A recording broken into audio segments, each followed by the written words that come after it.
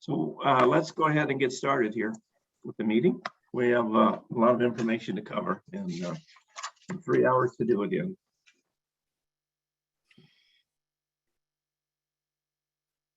You wait outside? No. But I am waiting outside. Okay. I'm chicken. Well, thank you everyone for being here today. My name is Tom Dent. I'm one of the co-chairs of the DCYF Oversight Board, and we'll get this meeting going. So, you know, I think every single one of us on this board and most of us that are on this call are passionate about the new agency that we were part of creating, the DCYF, Department of Children, Youth and Families. And, you know, we're here today at kind of a special meeting to continue to look at some of the issues that have been going on, because we all want the DCYF to be successful. I know I do, because you know, I worked extremely hard with former Representative Ruth Kagi in the formation of this and the language we put in the bill to what we were trying to create. And we had great conversations, and I know we both had a lot of passion. So kind of where we're coming from, and we want this to be a success. I know I sure do, and I don't know anybody who doesn't. So, you know, with that being said, I'd like to remind everyone that we are on TVW today, and there are many people in the public that have also tuned in on the link to watch and listen to what's going on here. So, and if anybody, especially we get closer to the public comment period, for those who may be making comments today, please remember that we are in the public domain, and anything you say is out there for other folks to hear and to know about. So, you know, with that being said, again, thank you everyone for being here. And let's, my co-chair, Sharonda, would you like to say a few words? Sure. Thank you so much, Representative Dent. And first of all, I want to just thank everyone for being here. I want to thank the board members for joining and all of their continued support and expertise as we continue to have these conversations. As Representative Dent already expressed, we are all here because we really care about the children and families here in Washington State.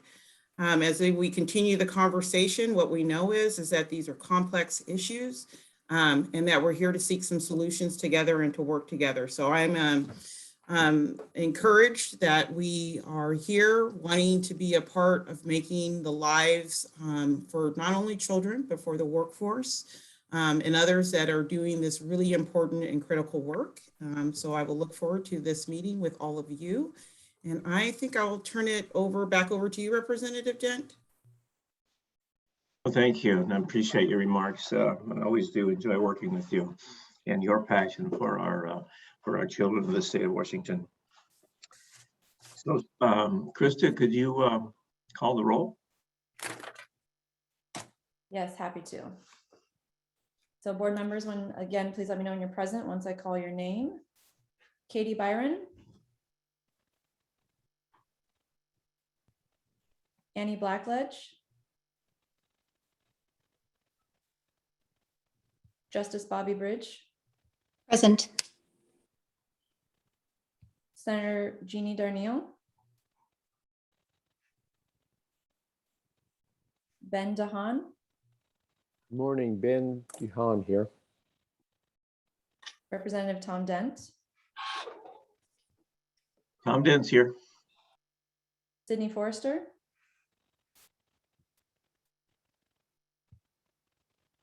I hope you can hear me. I'm here. Thank you, Sydney. Yes. Lonnie Greninger, she let us know she's going to be a little bit late. Ruth Kagi. Here. Thank you. Annie Lee. Dr. Diane Levy. I'm here. Thank you. Charles Loeffler also said he will be present. He's running a little late. Lois Martin. Shonda Slevinoff. Present. Representative Tana Sen.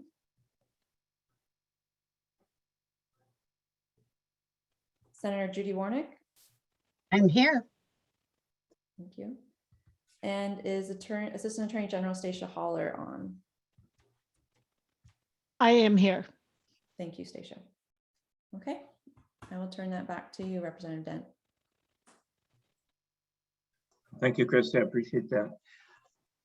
So is our minutes of the previous meeting were mailed out. Are there any additions, corrections, or concerns with the minutes as mailed from any of the board members?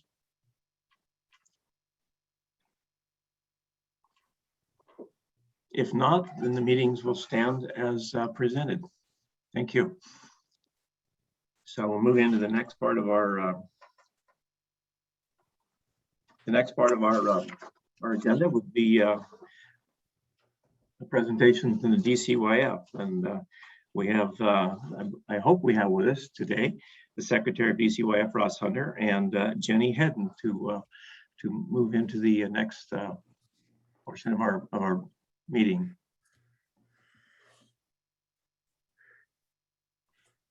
Thank I see you. Jenny. Yes, thank you, Representative Dent. I actually believe that Secretary Hunter had a conflict this morning, and largely I'll be the person presenting remarks to you. So. Okay, Jenny, so then are you prepared to answer the questions on the medical consultation cases? I am not, and I believe that, and I think I saw Stephanie on here as well, that there was communication around a written response to those particular questions. Okay, so I had talked to Ross yesterday, and he had indicated to me that he would be here this morning to answer these questions. And is there a possibility that somebody could answer them so the public can hear the answers, and the folks on TBW, because we just want to know what procedure and how we're handling these issues within the department, so if folks know that. Certainly, let me get contact with Secretary Hunter and double check exactly what his plan was for those, and then I can do my remarks, and then certainly we can, if you don't mind going out of order. No, that would be fine. I think if you could do that, that would be great, and then you could move on to your part around the placements, exceptions, and compliance with the district court order. That'd be great. Appreciate that. Hi, Jenny. This is Stephanie. Let me chime in. I will take care of that contact if you just want to go ahead and begin with that part, if that sounds good to you. Excellent. That was what I was going to ask. So. All right. Thank you so much. That was my understanding as well. So I will follow up when you're done with your part. Thank you. Thank you, Stephanie. Go ahead, Jenny. Thank you. Jenny Hedden from the DCYF. Yes, excellent. Thank you, Representative Dent, and thank you to the Oversight Board for having me this morning. Just to introduce myself, Jenny Hedden of Department of Children, Youth and Families, and most recently in the Chief Financial Officer role. But I have been, I guess, lucky enough with the privilege to actually work on one of, I think, the most challenging problems facing the department right now, which is the issue of youth in offices and hotels and sort of unstable placements. So I've been asked to do this on an interim basis starting back in July, and have been on a very fast learning curve with some of these issues. And I'm here today kind of to give both a bit of a presentation about that, but also just to talk a little bit more broadly of some of the work that we're doing on our placement continuum in general. And if I could, do I have ability to share screen, or could I get that?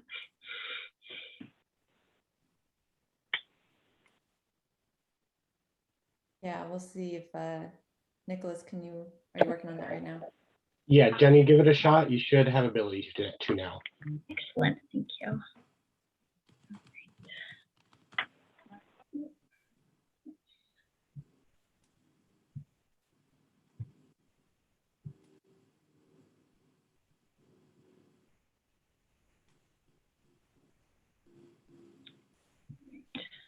We'll put this into presentation mode. So, I always think it's a challenge when you're sharing your screen if you haven't had the lovely experience of doing this. You sort of lose everybody's pictures or can't see people as well. So I will try to definitely pay attention to what might be going on for you all. But thank you again for having me this morning. I'm here to talk.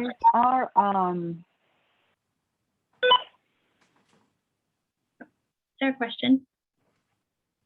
Okay.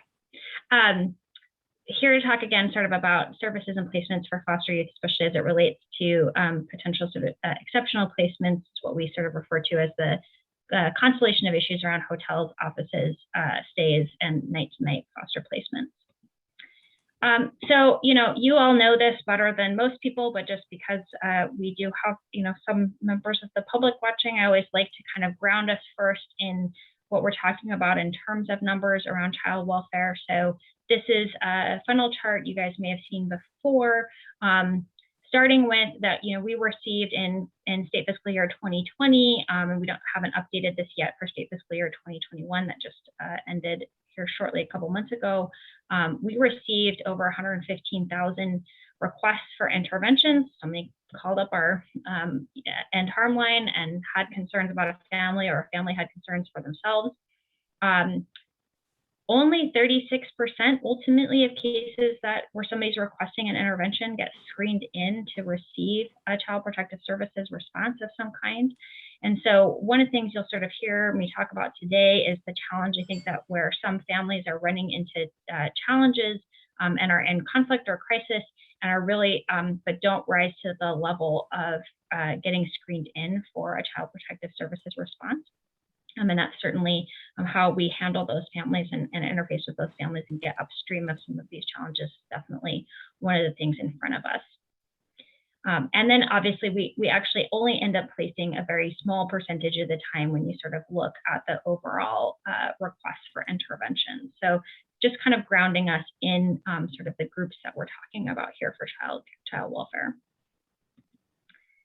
So one of the things that we noticed right off the bat in both this project and also in some work that we've been doing on kind of resource continuums in foster care is that once you enter into foster care, we have sort of a very sizable gap in how foster care operates today in terms of where kids can go and how we assign levels of financial reimbursement, as well as the types of wraparound services that we have with young people. So a couple of years ago, some of you might remember, we did a rate analysis with our deepest end form of foster care called Behavior Rehabilitative Services, or BRS. That rate study ended up having a rate for treatment foster care homes. So kind of our lowest level of that high-end care is about $8,000 a month. And yet the highest end of family foster care ends at about $1,500 a month. So we have a very substantial gap between those different resources. So our continuum, placement continuum, does not function as a true continuum today. And lots of things happen sort of in that gap around, and we think that is also where some of our office and hotel stay and night-to-night population lives. In addition, when we talk about our BRS, or Behavior Rehabilitative Services capacity, and that is the capacity is designed to care for young people that can have some substantial challenges behaviorally or with mental health challenges, et cetera, we've just seen declining capacity inside of this program, even with a substantial rate increase from a couple of years ago. And we believe that some of this, we have some ideas about why some of this is happening that we will talk about in relation to asks that we will be having of the legislature.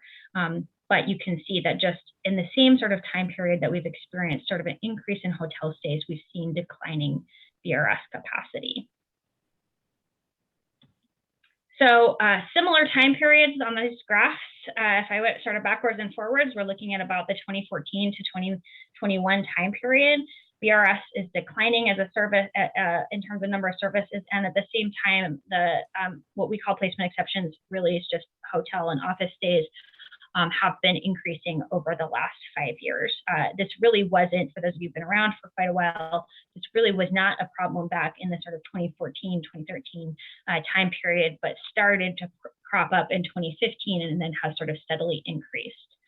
just to orient you to the way that this graph works, this is the number of nights in a placement exception in a hotel or office per month.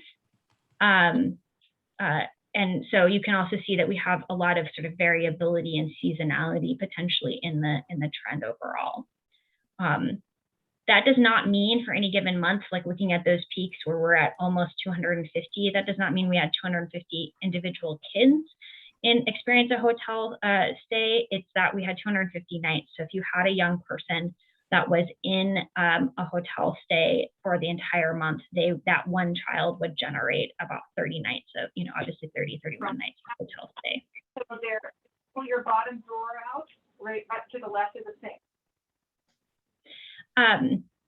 So again, an increasing trend that we are obviously concerned about in the department, and also that Disability Rights Washington was concerned about as well.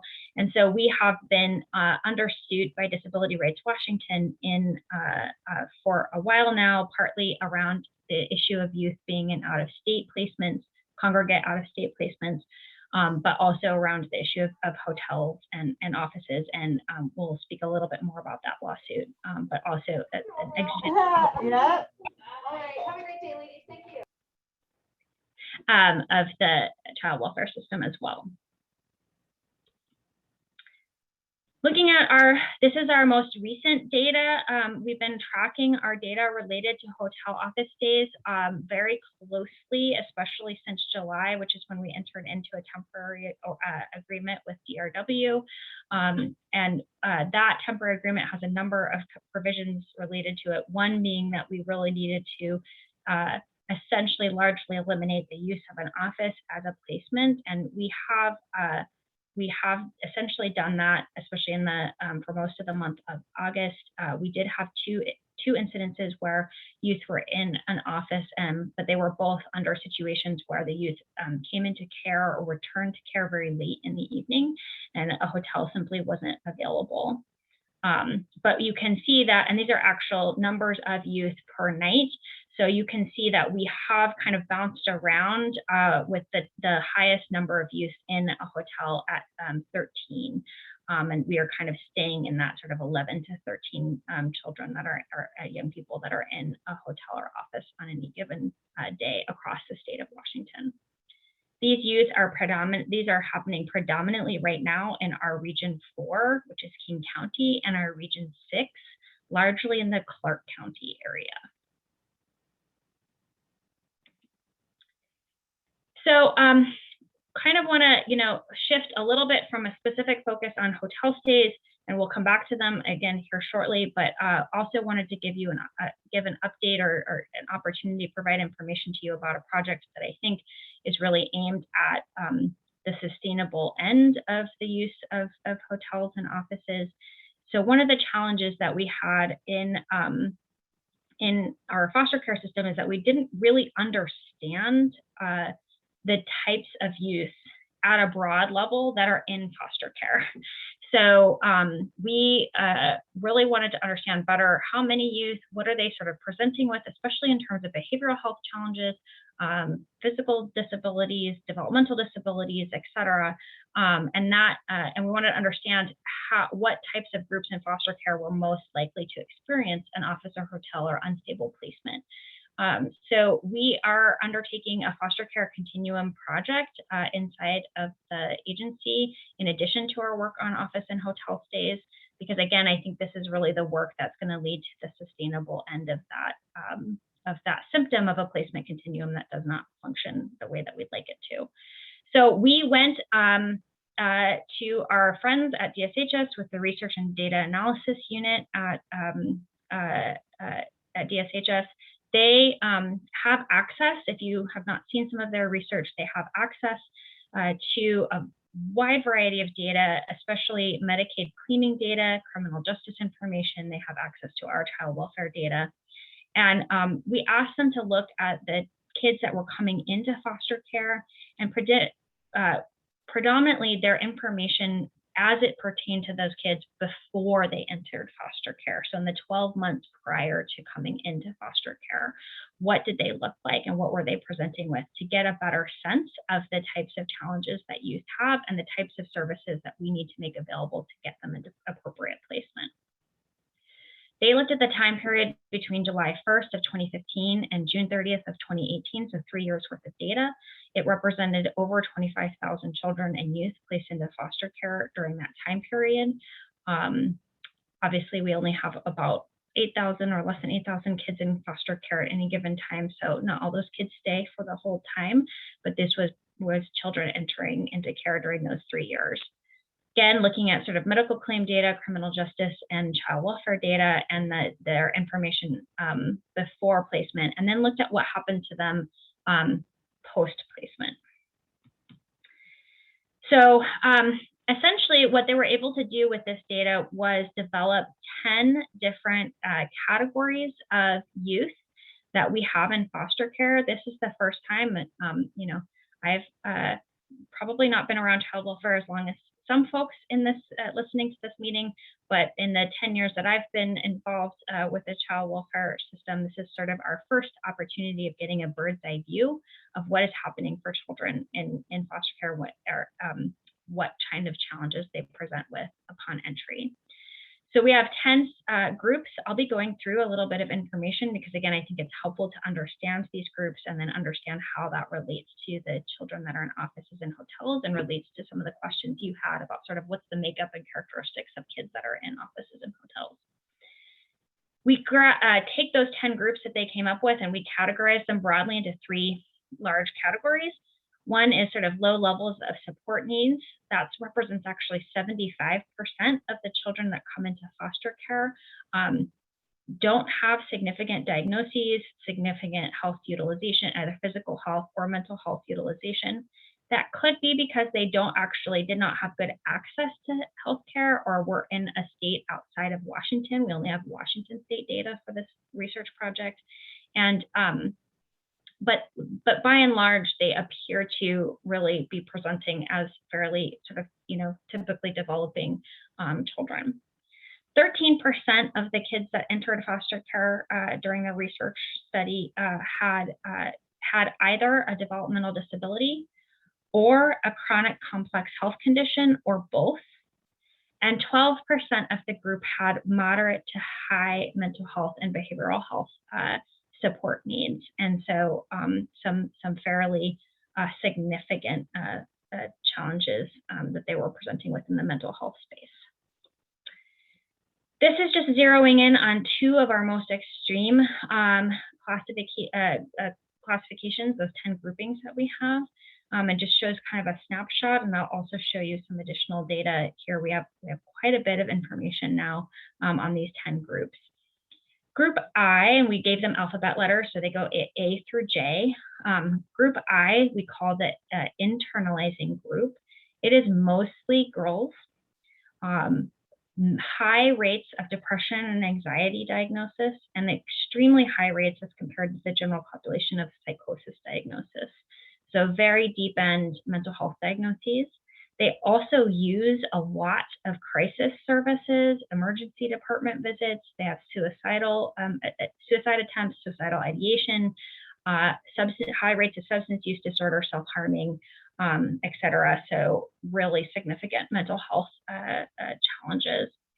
And then we have our group J, our externalizing. So this is mostly boys. They have ADHD diagnosis, conduct disorder diagnoses, also high rates of psychosis, but less high than group I, special education, and less use of the substance use disorder. And they also skew a little bit younger. So group I is predominantly over the age of 12. Group J has some kids that are in the sort of preteen age group. So why is this important? Why am I talking about it in terms of a hotel stay, presentation office stay? Well, the difficulty or the information that this project is giving us is that those, not surprisingly, those young people that are in the moderate to high behavioral health group just have a significantly higher likelihood of experiencing an office or hotel stay. We've also looked at data recently, and I don't have a chart on it yet, but looking at some data recently that says basically children that have a lot of placement moves and placement instability, the vast majority of them have some kind of underlying moderate or high behavioral health need or diagnosis. We also see a little bit in a group C, and group C is adolescents who don't have any diagnosis or medical usage. That could be, again, because they haven't had access, but so we're missing something, but it also just kind of represents that adolescents in general are an area that the department struggles with in its placement continuum. So I noted that we are under suit right now with Disability Rights Washington, and we entered into a temporary injunction or a temporary agreement with them. That order requires us to do a number of things. So between now and November, that date will come up here again shortly, the youth that do stay in a hotel beyond 5 nights need to be able to stay in the same hotel room and not be checked out. And that's largely what we're trying to do for all foster youth that are in a hotel, is not have them have to check out every single day. Also making sure that there's appropriate food, water, bedding. If there is a situation where a young person does need to stay in an office, that's allowed for in a very narrow sort of exception in the order. We also have to report to that youth's CASA or JAL or attorney when that youth experiences a hotel or office stay. And we have to schedule either shared planning meeting or a family team decision-making meeting with the youth and their family and their team when that youth is experiencing a hotel stay. Lastly, we have a proposed plan that was submitted just yesterday evening to the plaintiffs to end or largely eliminate the use of hotels and offices by November 1st of this year, 2021. And I'll be happy to go over some of the content of that plan today. So we have taken a number of steps here at DCYF already. The legislature, we had asked for, and the legislature funded us for some additional resources to, again, sort of knowing what we know, that these youth are by and large youth that have some pretty extreme potential mental health issues. We had asked for additional funding for a new type of BRS bed that's called an intensive mental health, aka BRS Plus. And we actually have, we're funded for 21 of those beds. We currently have 6 of them and effective right now, and we're hoping to expand with that particular provider up to 8. But we also have, as part of our plan submitted yesterday, trying to get the rest of those beds that are funded up and running. We also have funding through a SAMHSA grant to have treatment foster homes that are specifically focused on youth with significant mental health challenges. And right now we have one currently. We're actually in conversation with a couple providers to bring on quite a few more here, but we are funded for 15. We need to have those beds online. And we conducted a number of stakeholder sessions to try to kind of look at the placement continuum as well as the issues with exceptional placement.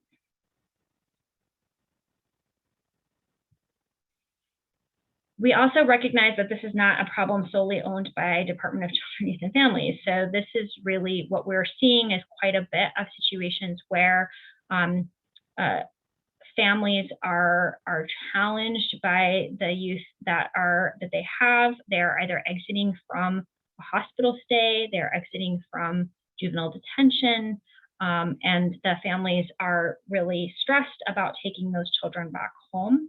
So we're really working with our healthcare authority and Developmental Disabilities Administration partners to try to work collectively on where are the challenges in our system and where could we do a better job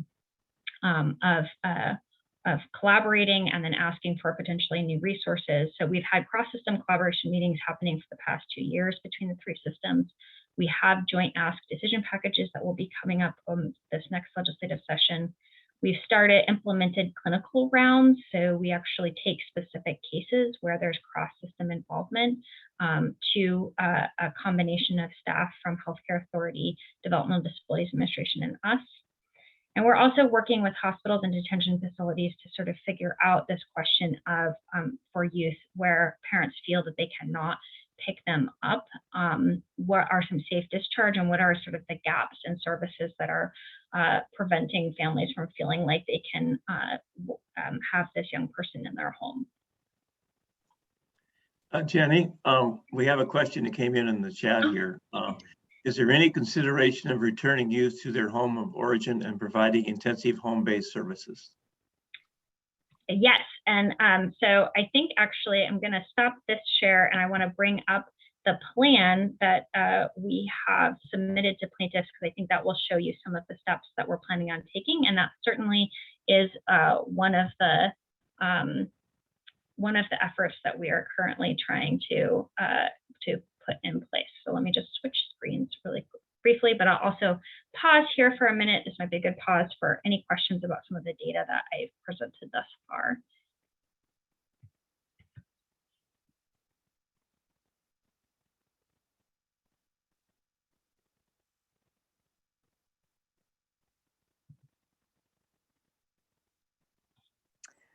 Jenny, hi, this is Dr. Diane Levy. I'm up here in Yakima. I'm a developmental pediatrician. And I did have one question about the way that you segregated your groups. You had sort of one group as with developmental disabilities and or chronic medical conditions, and another group with high mental health or behavioral needs. I don't see those two groups as exclusive of each other. So I wondered how you handled that in the data. Yes, absolutely. And actually, let me, before I move over to sort of our exceptional plan, let me show you our sort of more detailed, I was giving you guys the sort of thumbnail sketch of some of our information, and I'll show you sort of a little more of the data that we have. And this will be available on our website as well as RDA's website here shortly. We're doing sort of final touches. We have an infographic on that research project that I talked about. And so this is it. And so these are the 10 groupings. And this is a statistical analysis. So they did, for those of you really interested in statistics, they did a latent class analysis with this data. And so it doesn't mean that they're necessarily mutually exclusive. They certainly had to attempt to put kids in one of the groups or not. I talked about this group I and J, that was the most, sort of our most intensity, but you can see some of the information for some of these other groups here. So we have A, B, and C is that sort of lower risk, lower support needs category. A is just tends to be children, so not adolescents, just no chronic disease, anything going on. B is our low risk sort of children that don't have any of those, except that they have physical abuse that has happened. And so you see founded findings of physical abuse. You also see injury treatment and outpatient emergency department visits with that group. C is our adolescent group, and you see some levels of anxiety in it and some special education at that point, but again, no other significant things going on.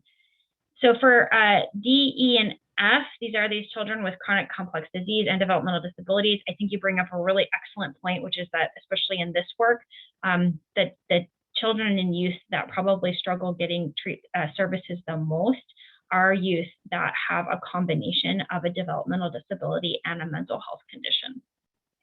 Very challenging to serve, and we don't have a lot of resources in the state to serve that group. The legislature did provide funding last year to build 16 beds of a program that could serve, that essentially is a CLIP-like program, so the childhood long-term inpatient program, but with focused on kids that have a developmental disabilities, because often children that have both get kind of caught between both systems. We have on this also can go into a lot more detail about the specifics in any given group. And I'll try to make this just a little bit larger so that everyone can see.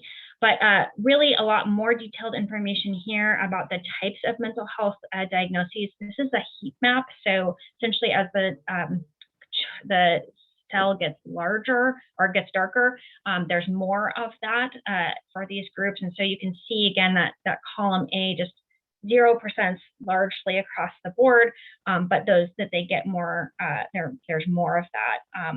So you can see for some of these, this group in here, which is your developmental disabilities, chronic complex youth, we definitely see developmental disabilities, we see their chronic health problems down here at the bottom, but not as much showing up in the behavioral health category for some of those kids. That said, we also see some kids with developmental disabilities that actually ultimately got put into these categories around their mental health conditions. Does that answer your question a little bit more without going too deep into all the data today? Yes, thank you. But you are correct. They're not totally mutually exclusive. We did have to sort of characterize them in one grouping or another. So I'm going to show you all now the plan that we submitted yesterday for plaintiffs. So you're getting a very first look in terms of stakeholders. We stakeholdered the plan pretty extensively, but it has not gone up on our website yet. We are planning a webinar to go over some of the information in this plan. So just want to highlight the stakeholder work that went into this. We met extensively with our current VRS providers. They have, sort of their certainly interface with the types of children that show up in offices and hotels. We also worked with our child placing agencies, DCYF staff from across the entire department, met with legal representatives for youth, Office of Homeless Youth staff. Also tried to review existing documentation that existed in terms of youth voice. So Mockingbird's Survey of Foster Care, the WACHA licensing recommendations memo. We can plan on continuing stakeholdering on this. If you are a stakeholder that would like to come and have a further conversation about both this plan as well as the kind of overall continuum work, we are more than happy to meet with you. But here are some of the strategies that we are putting in place for youth that to work on that. Again, largely eliminating the use of offices and hotels by November 1st. So a focus on case staffing procedures. We already now, under our temporary order, require additional shared planning meetings or family team decision-making meetings for youth that are in hotel and night-to-night placements or are at risk of that. Those of you familiar with those meeting constructs, that's where the magic happens to really make decisions with the youth, with their families about what's best for them to go in terms of placements.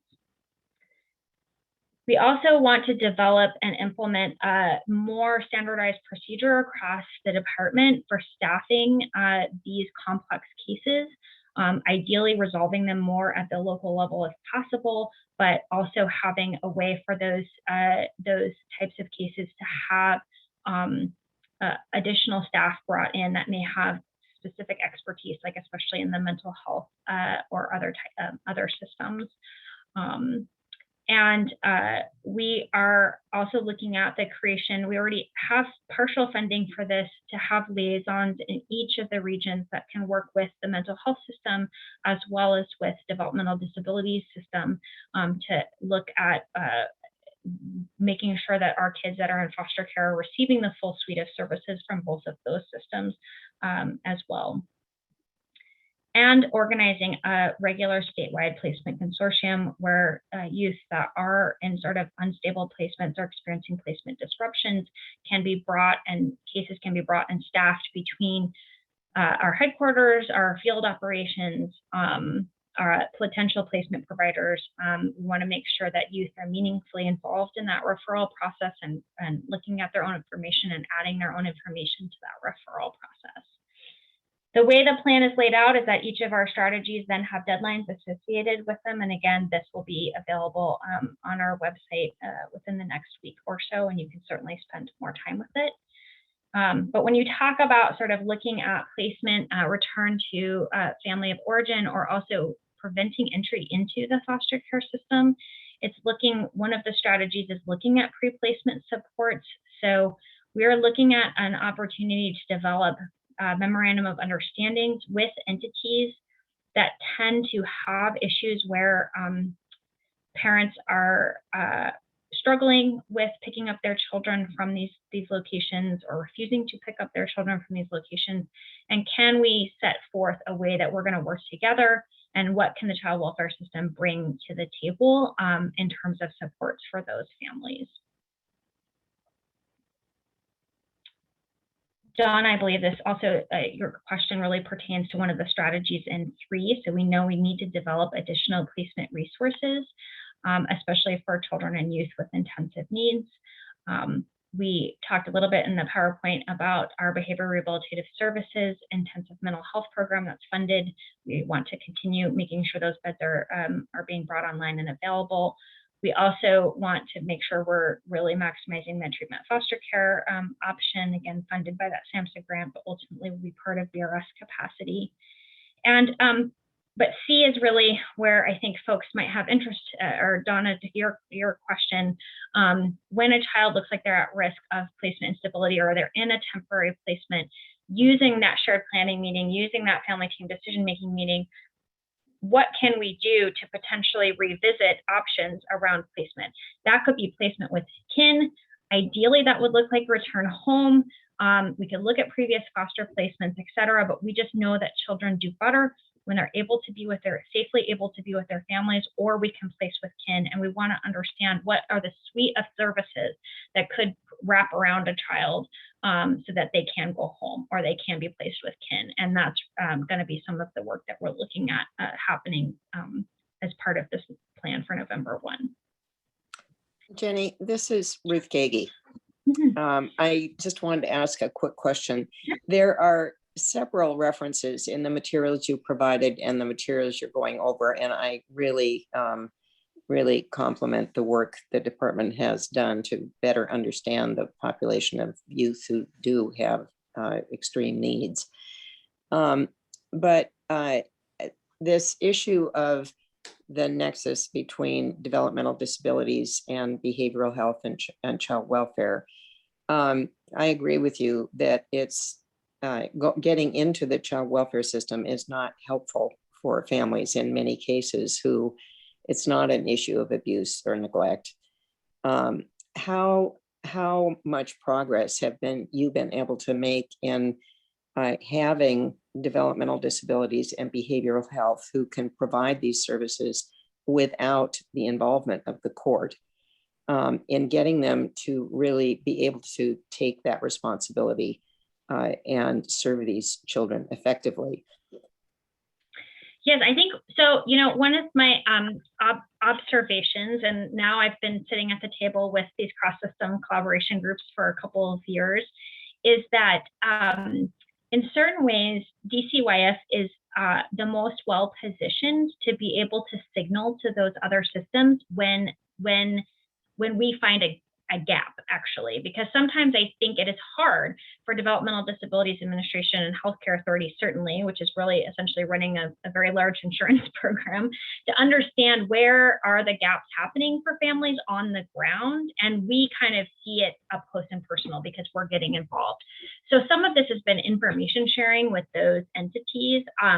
For example, and I will just say, they have both been great in terms of coming to the table and really trying to want to join with us to understand what those challenges are and where gaps exist in the system.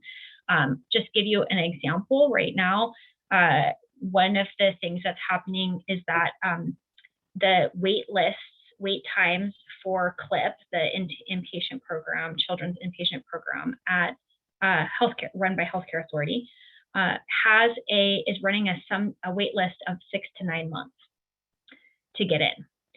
So that is a problem both for dependent children, but also we're seeing it as a problem for people before placement into the foster care system, because they have a child that meets medical necessity for placement in inpatient psychiatric treatment, long-term inpatient psychiatric treatment.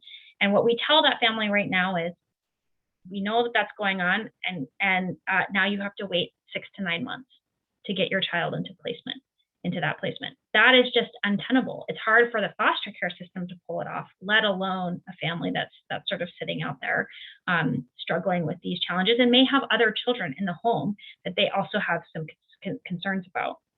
So we are working closely with the healthcare authority saying, and they agree, right, that wait time is just untenable. So you're going to probably see a proposal from healthcare authority that increases the number of clip beds that are out there to try to bring that wait time down. In addition, both of us are experiencing significant workforce challenges. And that's some of the asks that you're going to see from us is really around rates, because right now we are losing, just on our side, we are losing BRS capacity because our BRS rates pay our line staff minimum wage. And when you can go and get a job at Taco Bell for $22 an hour, there's no way we're competing. So the other program that Healthcare Authority has is the intensive wraparound program, WISE.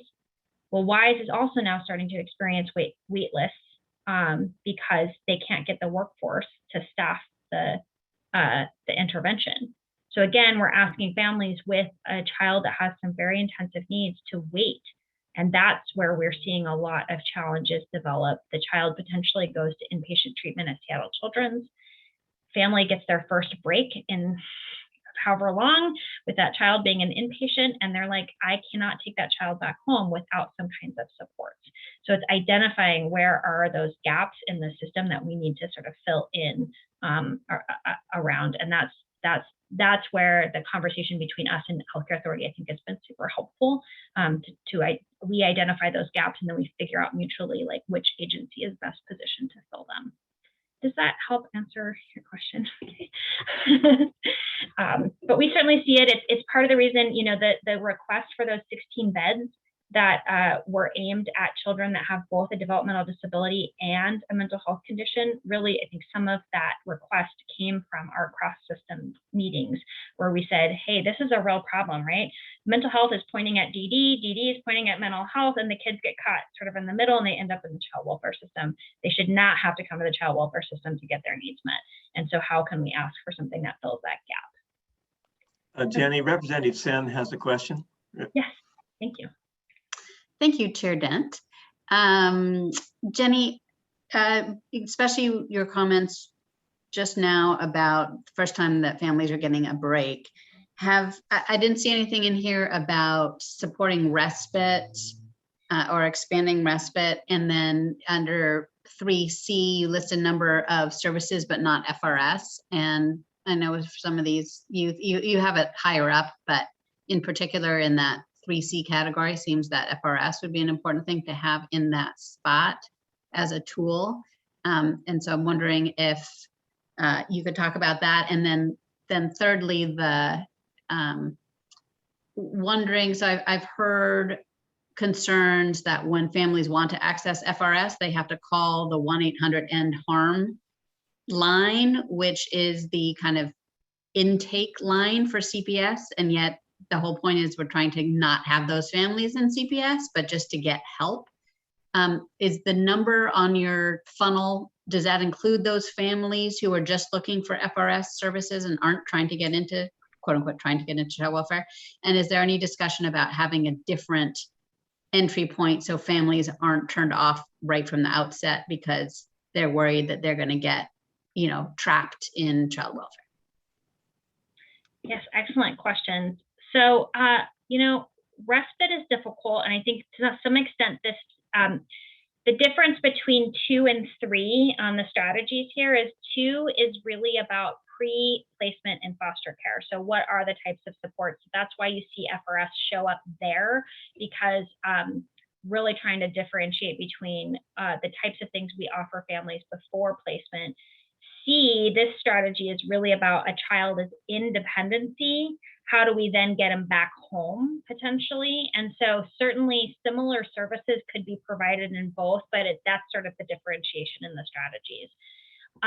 Respite is hard. I mean, respite is hard even in the child welfare system, but it is one of the things that we've brought up both to our cross-system partners. So when we think about respite available outside of the child welfare system, one of the challenges is that, and we've talked about this, so mental health respite can be challenging as a service line. Doesn't sound like it's really available consistently for folks. For developmentally disabled or families with a child with a developmental disability, they may be eligible for hours of respite or hours of an individual provider, but they typically have to find that provider on their own, and it is difficult to find providers that will work with children, especially children that have substantial, developmental disabilities or behavioral challenges. You get paid the same if you work with a child or an adolescent that has those as you do working with the elderly. And so many people choose the limited workforce we have to work with elderly people. So that is definitely something we have sort of on the radar. We have a version of somebody to go in the home, and that's called a child aid. We also do not pay anything remotely appropriate. And so we really struggle with finding folks to do that work. The hourly rate we pay for child aid is $26 an hour, and that is the entirety of the rate. That has to cover all the overhead, all the insurance, all of that. And so what's left over to actually pay the worker is, again, close to minimum wage, which just means we're not being successful, especially in this labor market, in attracting those types of folks. So you are likely to see an ask from DCYF that increases the rate for child aid so that we can use that as a tool for respite in the home for child welfare involved families. Does not solve the issue for non-child welfare involved families. You asked about FRS. I think that's obviously a place, I think everyone recognizes it's a place that definitely needs some work and figuring out sort of what does that truly look like. I think it's one of the areas when we look at this plan, FRS certainly represents a route in for services. We should be more consistent in what those services are. And I think you're absolutely right, Representative Sen. Right now, people do sort of have to get screened against a child protective services response. And that's really not what I don't think anyone wants. Is there a way that we could build another route? Legally, that's kind of, I think, the construct right now. So we may have to look at a combination of RCW change, policy changes, et cetera. And I would expect to see some work from the department in the next less than 12 months, thinking about our asks for next year or next summer already in this sort of FRS space. We know there's a lot of interplay over to our Family First Preservation Services Act implementation as well. And so I would just expect to see a lot of work in that space about how families enter. FRS, the one thing I'll point out is it is only available for youth 12 and up. And we are certainly seeing youth show up under the age of 12 that have some very significant behavioral health or developmental disability challenges. And is there a route for families to get services for those types of children without having a child protective services encounter? I think there's a question from Senator Warnick. Yes, thank you, Jenny. This is a good presentation, but I'd like to know a little bit more, a little bit better explanation of the workforce needs. Do you know what type of caregiver or what type of workforce is in the most need? Is it the foster parents themselves? Is it, and this child aid that you talked about, there's a $26 an hour amount, but then you said, and so if you could clarify, gets down to maybe minimum wage for what the actual aid receives. So what happens to that $26 prior to going to the aid? And do we need more aides? Do we need more foster? Do we need more professional social type workers? What do we need the most of?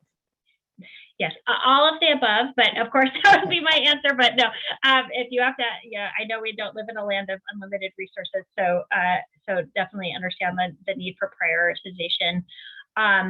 We are deeply concerned about, and you will see requests from the department on this, about preserving as much of our behavioral rehabilitative services capacity as possible. We know we have children that need to go there. Some of the youth that are in a hotel actually need to be in that type of placement, and we just simply don't have enough capacity. So that workforce we're very, very concerned about. I actually have BRS programs, group homes that are closing, whole group homes that are closing. You know, they're licensed for 6, but can only serve 3 because they literally cannot get the staff to actually work in the program. Our rate for our BRS services, which, you know, the legislature was amazing and gave us a very significant increase in BRS rates a couple of years ago. But that rate increase only got us to the point where those line staff working with children get paid minimum wage. Some of our BRS providers can pay more than that, but that's because they're getting fundraising or they're doing other types of you know, kind of moving money around. But that's really what our rate is designed to pay for. And when we looked at BRS providers in that rate study, we had turnover in the workforce that directly work with children of 40%. So 40% of our workforce in those programs turned over in a year. We know that's not therapeutic for kids. These kids need to have consistent adult relationships in their life. And so that's why you will see an ask from us to increase the rate we pay BRS, and therefore what line staff can get paid.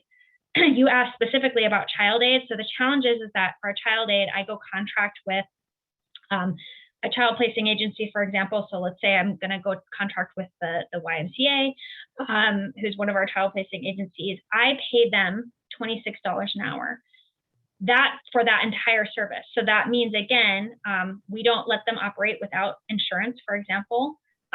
If they offer insurance coverage to their employee, that comes out of the $26. Any oversight and supervision of that employee comes out of that same $26.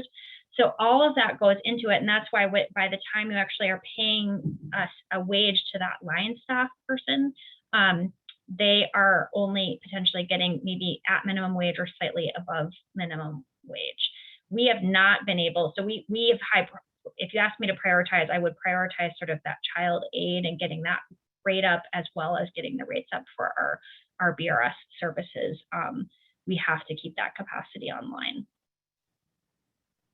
I think Ben DeHaan has a question. Sorry, Representative Dent, I'm watching hands, so if you don't know if you want to call on people. No, that's fine, because I don't see everybody all the time. So if you see a hand up, please call on them. Absolutely. Ben, go ahead. Oh, thank you, Representative Dent. Good morning, Jenny. Thank you for the excellent presentation. I think that the information that you've presented today helps me, and I'm assuming lots of other people understand the pressure you folks are under in order to meet a very, very difficult need. I do have if I can return the discussion just briefly to this question of services to children and youth in home. I understand FFPSA, or the new prevention money through 4E, allows people to get funded services in home without regard to Medicaid eligibility. So it opens up the door in very important ways, it seems to me.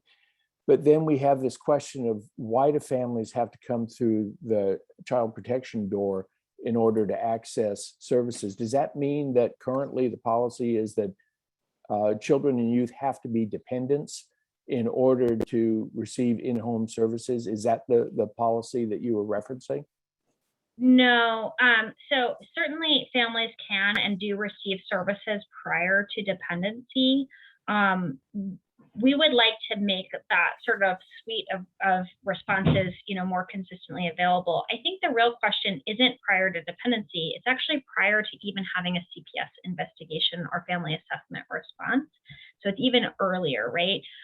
So Family First theoretically makes available, and obviously the goal, I believe, of that federal legislation was exactly what you're talking about: get upstream of placement and get services into that family so that you can avoid a placement into foster care. the challenge, the devil's always in the details and what the feds actually pass.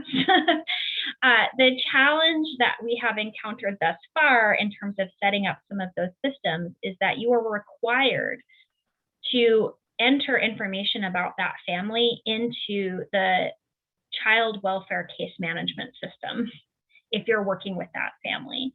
We don't currently have a way for our providers to have consistent access to FamLink, our case management system. It is on our radar for needing to sort of change when we upgrade that system under CWIS, which is the next sort of iteration of that case management system.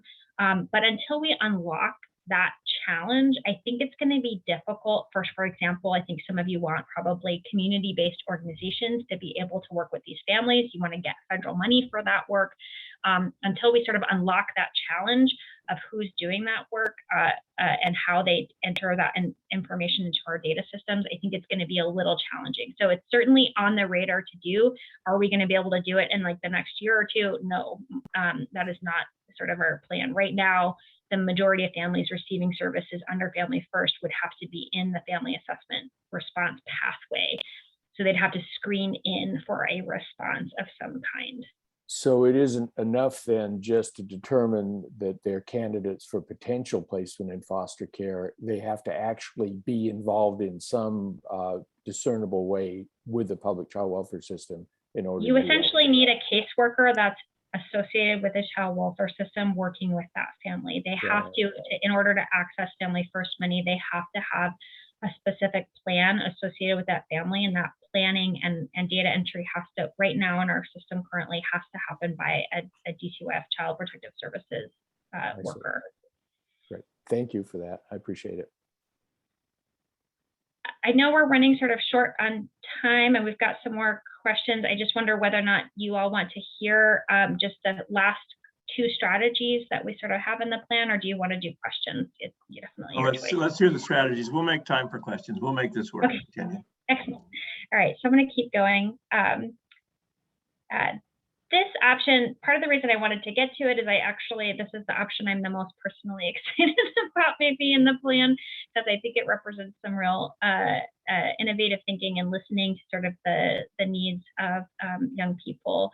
So what happens right now is for especially older adolescents in the foster care system, we can essentially offer you two options. You either have to go into family foster care or you go to a group home.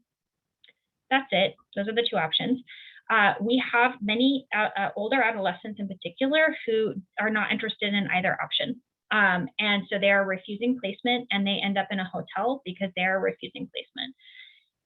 Sometimes they will actually go to the placement, but they often disrupt or run from the placement because, again, it's not where they want to be potentially. So we are talking about, we've have versions of this, so we're trying to not completely reinvent the wheel, but really working on a supported housing type model.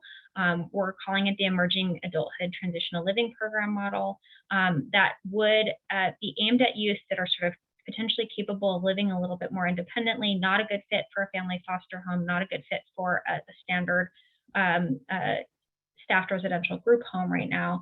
So just offering an alternative option to young people. We are really hoping to pilot a version of this, or even just a couple of beds of this prior to December 1st. Working closely with Office of Homeless Youth because they have similar challenges for non-dependent youth that are in that 16 to 17 or 16 to 21-year-old capacity. So we want to sort of develop this new model. Additionally, we know we need more of the version that we already have, which is called Responsible Living Skills Program, RLSP.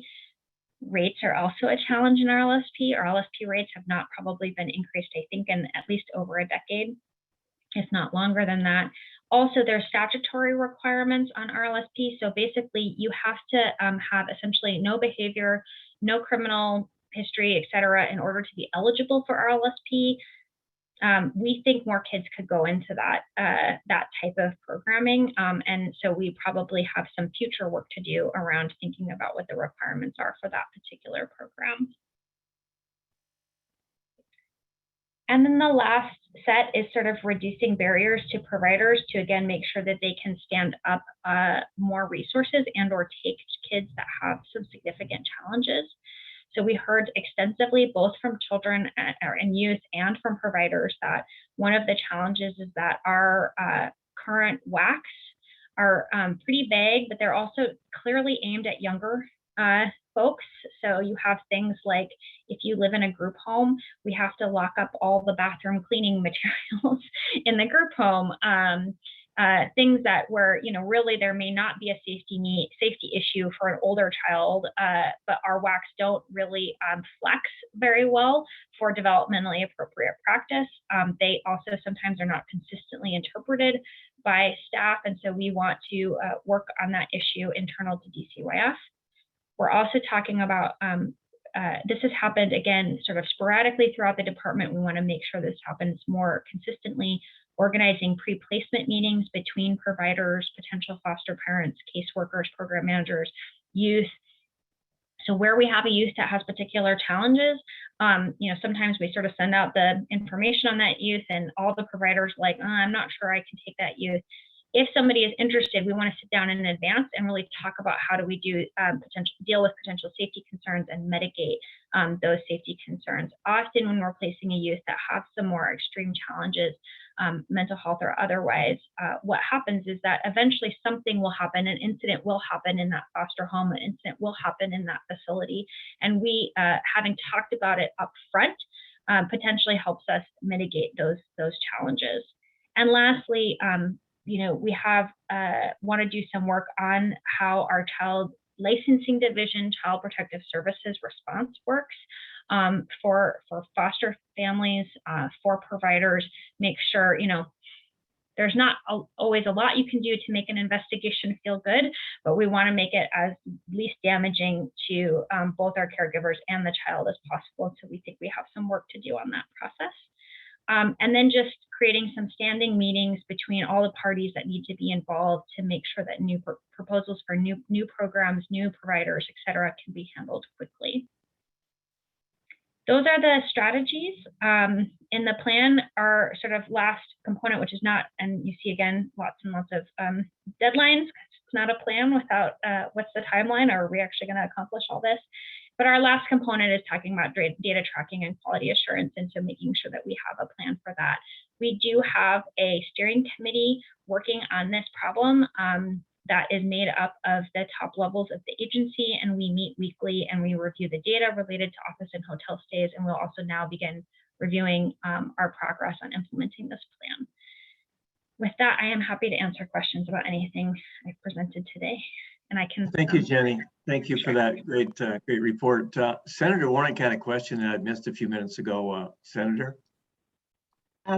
Yeah, thank you. And Jenny, I don't know if there is a way to track this, but the reason I got involved in this committee was to help families and children stay intact. And when you were talking about the Family First pathway, and the children have to go through the CPS portal, if you will, to keep the consistency of tracking them, consistency of contacts, and to get federal dollars. Do you see a decline in families who want to stay intact, who may be afraid to reach out to go through this portal or this way? People who have insurance health insurance may be able to get help for their children, or people on Medicaid may be able to get help. But the kind of the people in between are the ones I'm thinking about. And I'm just concerned that this is not doing what I wanted to do, was to keep those families intact, because people are afraid to reach out. They're afraid they're going to lose their child somehow. And I'm, you know, this is more of a generic question, but it was just a little concerning to me that that's the only way our families can get into the system. Yeah, Senator, it is the only way right now, but we recognize the same exact challenge that you're talking about. So we're really trying to figure out what can we do within the requirements that the federal government has set forth to do exactly what you're talking about. Is there a way for families that are in crisis or in conflict to get the services that they need? And so you're absolutely right. We are 100% there. I think, unfortunately, it's just going to take more time than probably all of us want. And I would encourage, obviously, you may all want to request an update or presentation related to our implementation of the Family First, because I only know enough to get myself in trouble if I try to answer those questions for you today. So I would definitely, something to think about for a future agenda is to hear kind of about those pathways and about getting upfront and upstream of the system. Okay, thank you. Representative Sen? Thank you, Representative Dent. Just wanted to let folks know that on September 22nd, the Children, Youth and Families Committee is meeting, and actually one of the agenda items is to discuss those regulations and WACs and other things that are prohibiting or barriers for youth, hope beds, homeless shelters, et cetera, given what Jenny was saying about the different kind of requirements that don't apply appropriately to adolescents as they do for younger kids. So just for folks who might have been interested in that issue in particular, September 22nd from 11 to 1, we are having a work session that covers part of that topic, or part of the work session covers that topic.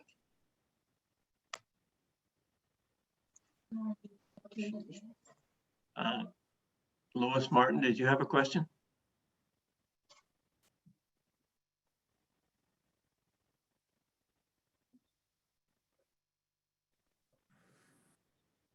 Representative Sorry, I Lois did have a hand- question.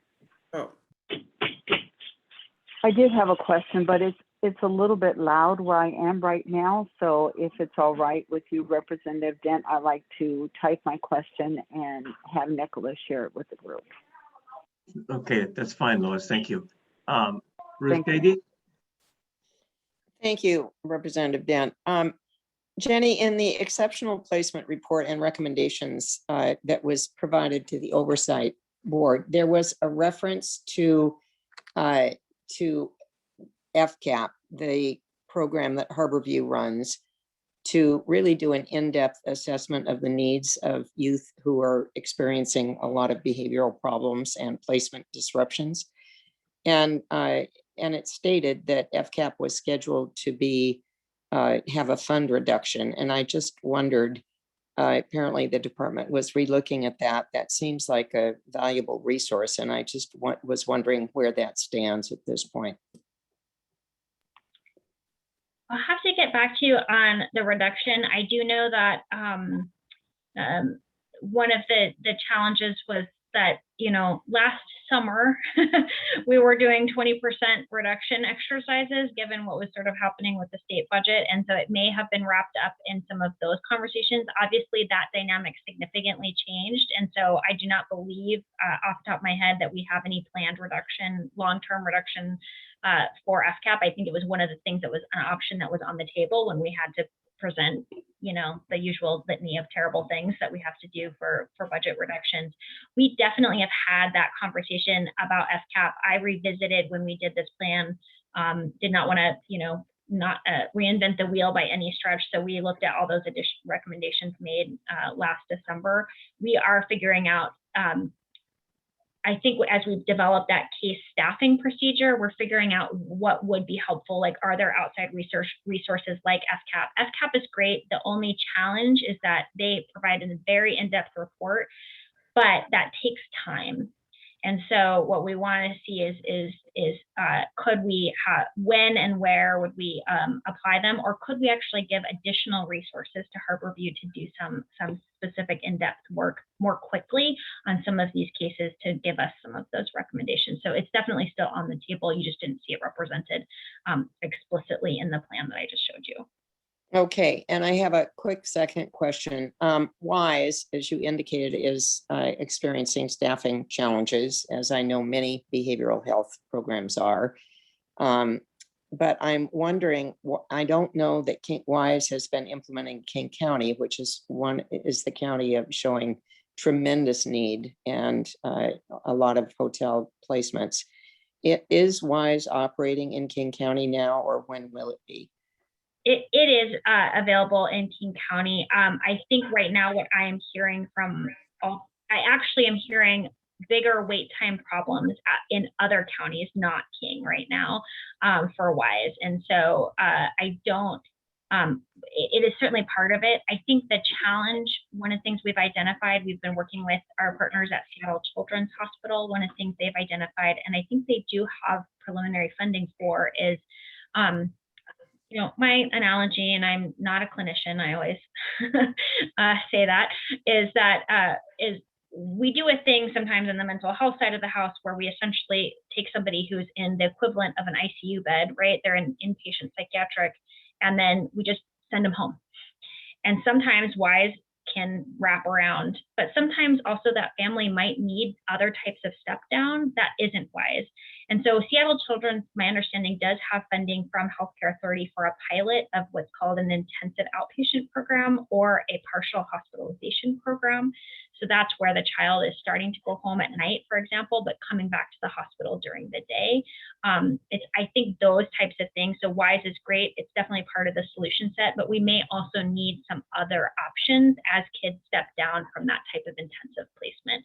Seems like it's actually more the issue than WISE availability, especially in King County. Thank you.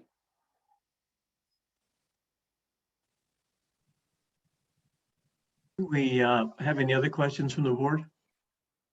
Okay, Krista, I know you've said that Lois's question has been forwarded, but I have not received it yet. Could you just ask Jenny the question? Sure. So this question, I believe, is a question that was submitted previously to DCYF, and there's been a written response, but I will read out loud and publicly. So this is from one of our board members, Lois. In the news report, allegations were made that staff would make you sleep in cars and otherwise make them uncomfortable. If the internal investigation finds this is true, what is the department's plan of action for these DCYF employees? Will the issue be referred to CPS or another agency? It's a good question, I think, and I think, Chris, as you noted, I think we've provided some written responses. We can certainly look at those and see if they need to have sort of any amendment. I'm obviously not the expert to speak about any of the HR investigations or internal investigations that might be happening related to sort of that. I will say that we have,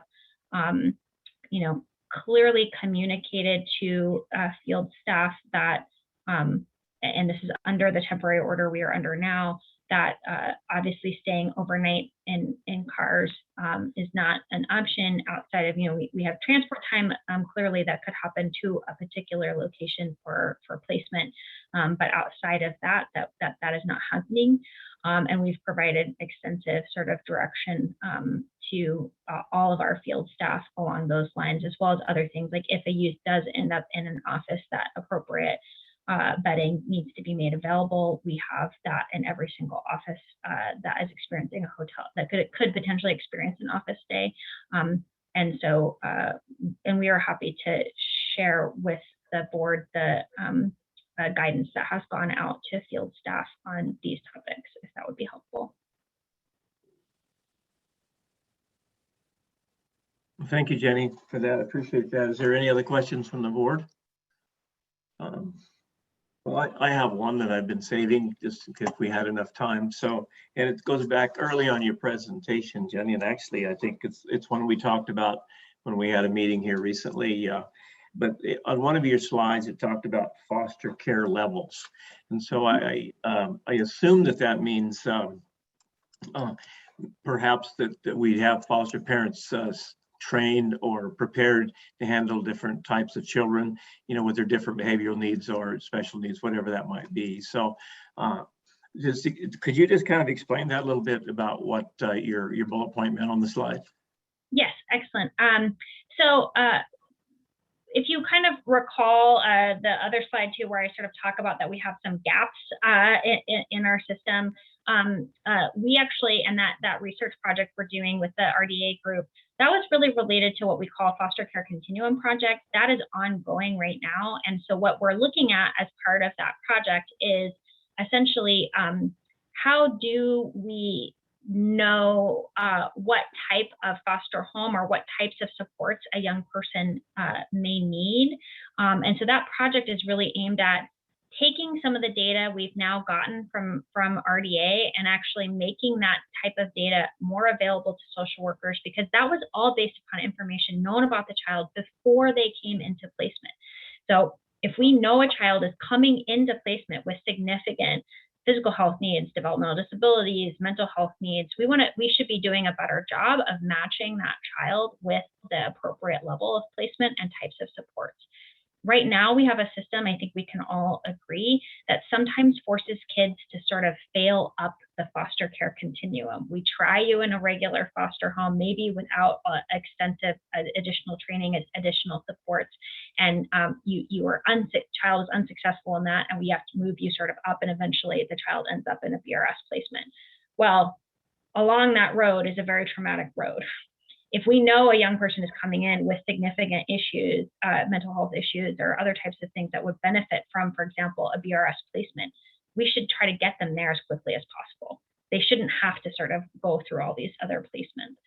So that's really what that project is aimed at, is figuring out how can we do a better job of that up front, as well as asking, we're actually been doing a number of stakeholder sessions on this topic with a whole variety of people, asking them, now that we know things about kids in foster care, when we think about some of those groupings I talked about, what types of services would be helpful? What types of training or skill sets for their caregivers would be helpful?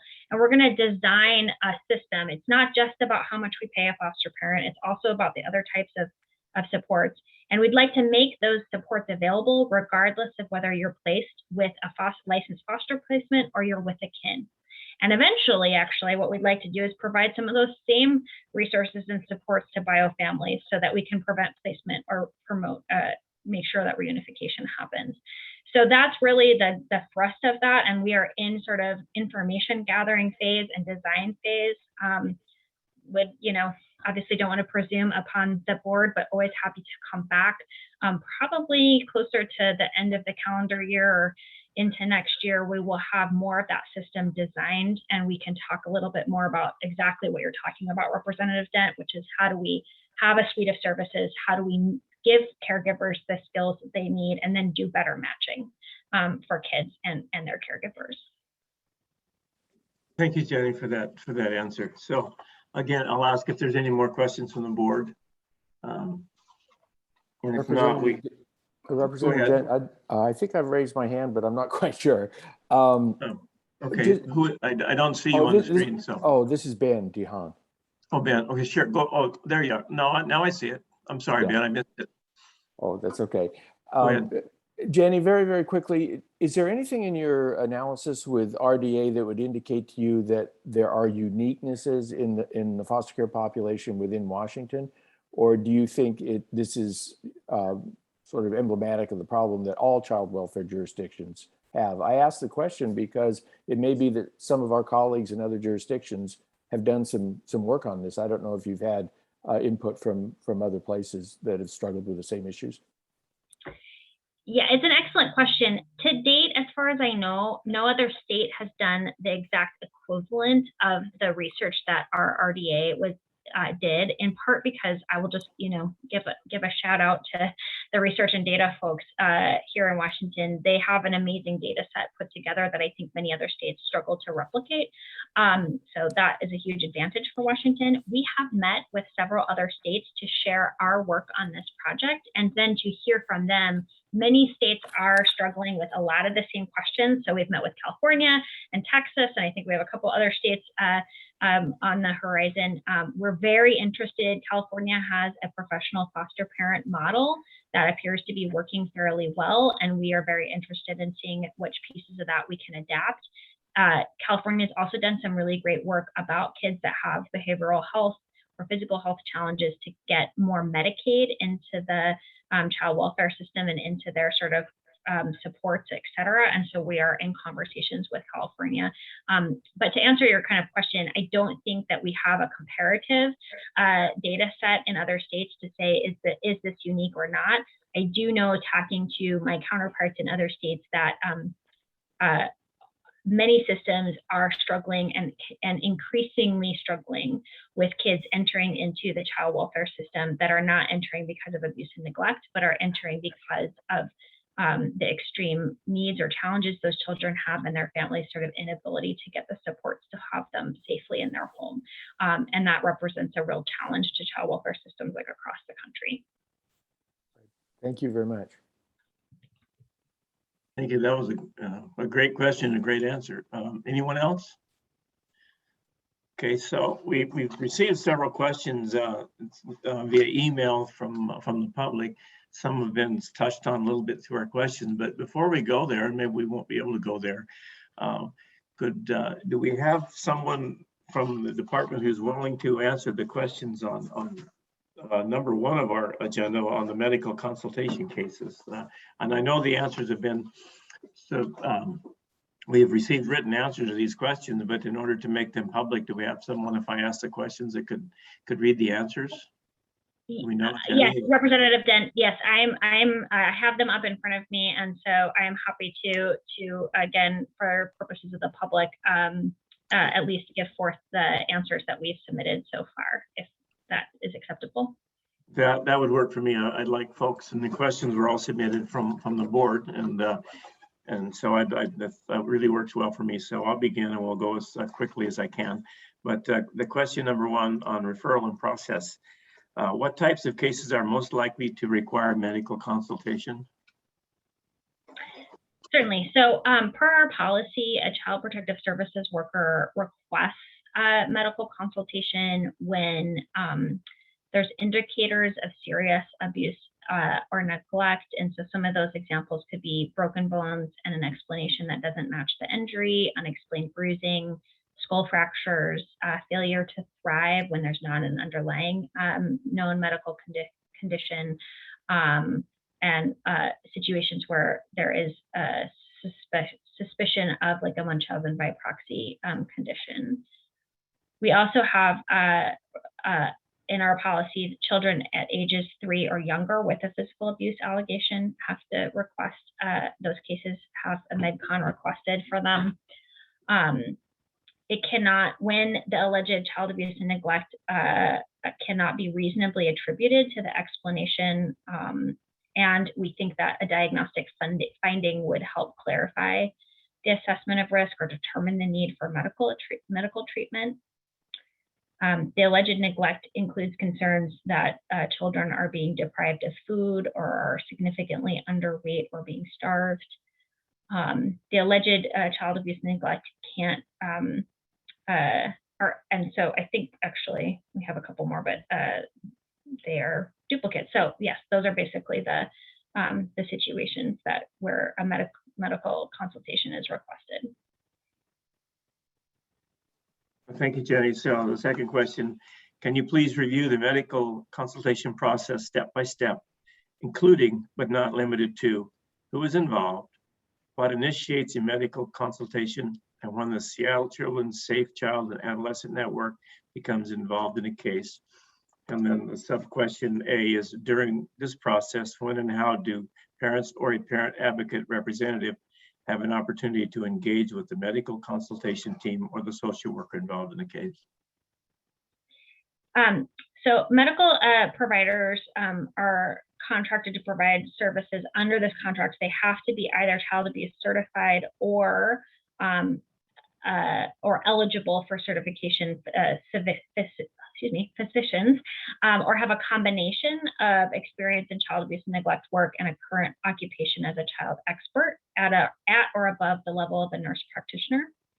CPS workers and supervisors and tribal social workers are trained to identify which cases are appropriate for referral to this based on the criteria that I just shared. And we do have a training that is required for all CPS workers, an online training to understand how and when to refer a case for medical consultation. And our policy is also available on our website, and I can certainly put a link to that in the chat if that would be helpful. When appropriate, the MedCon is initiated via an online survey link called REDCap that is accessible to Child Protective Services workers and supervisors and tribal social workers. Each MedCon is assigned a priority by Seattle Children's SCAN team, and that stands for Standard, Urgent, or Immediate, or the team assigned Standard, Urgent, or Immediate review. And there are approximately 13 providers we contract with who are in the network to provide medical consultation services. 11 of the providers are medical doctors, and 2 are ARNPs under supervision of a medical doctor, of course. And some are based in regions 1 and 5 and 6, and currently most operate out of Seattle Children's Hospital. Cases are usually assigned based upon geographic proximity, but also, availability of the providers as well. So you could potentially have a provider assigned from another area.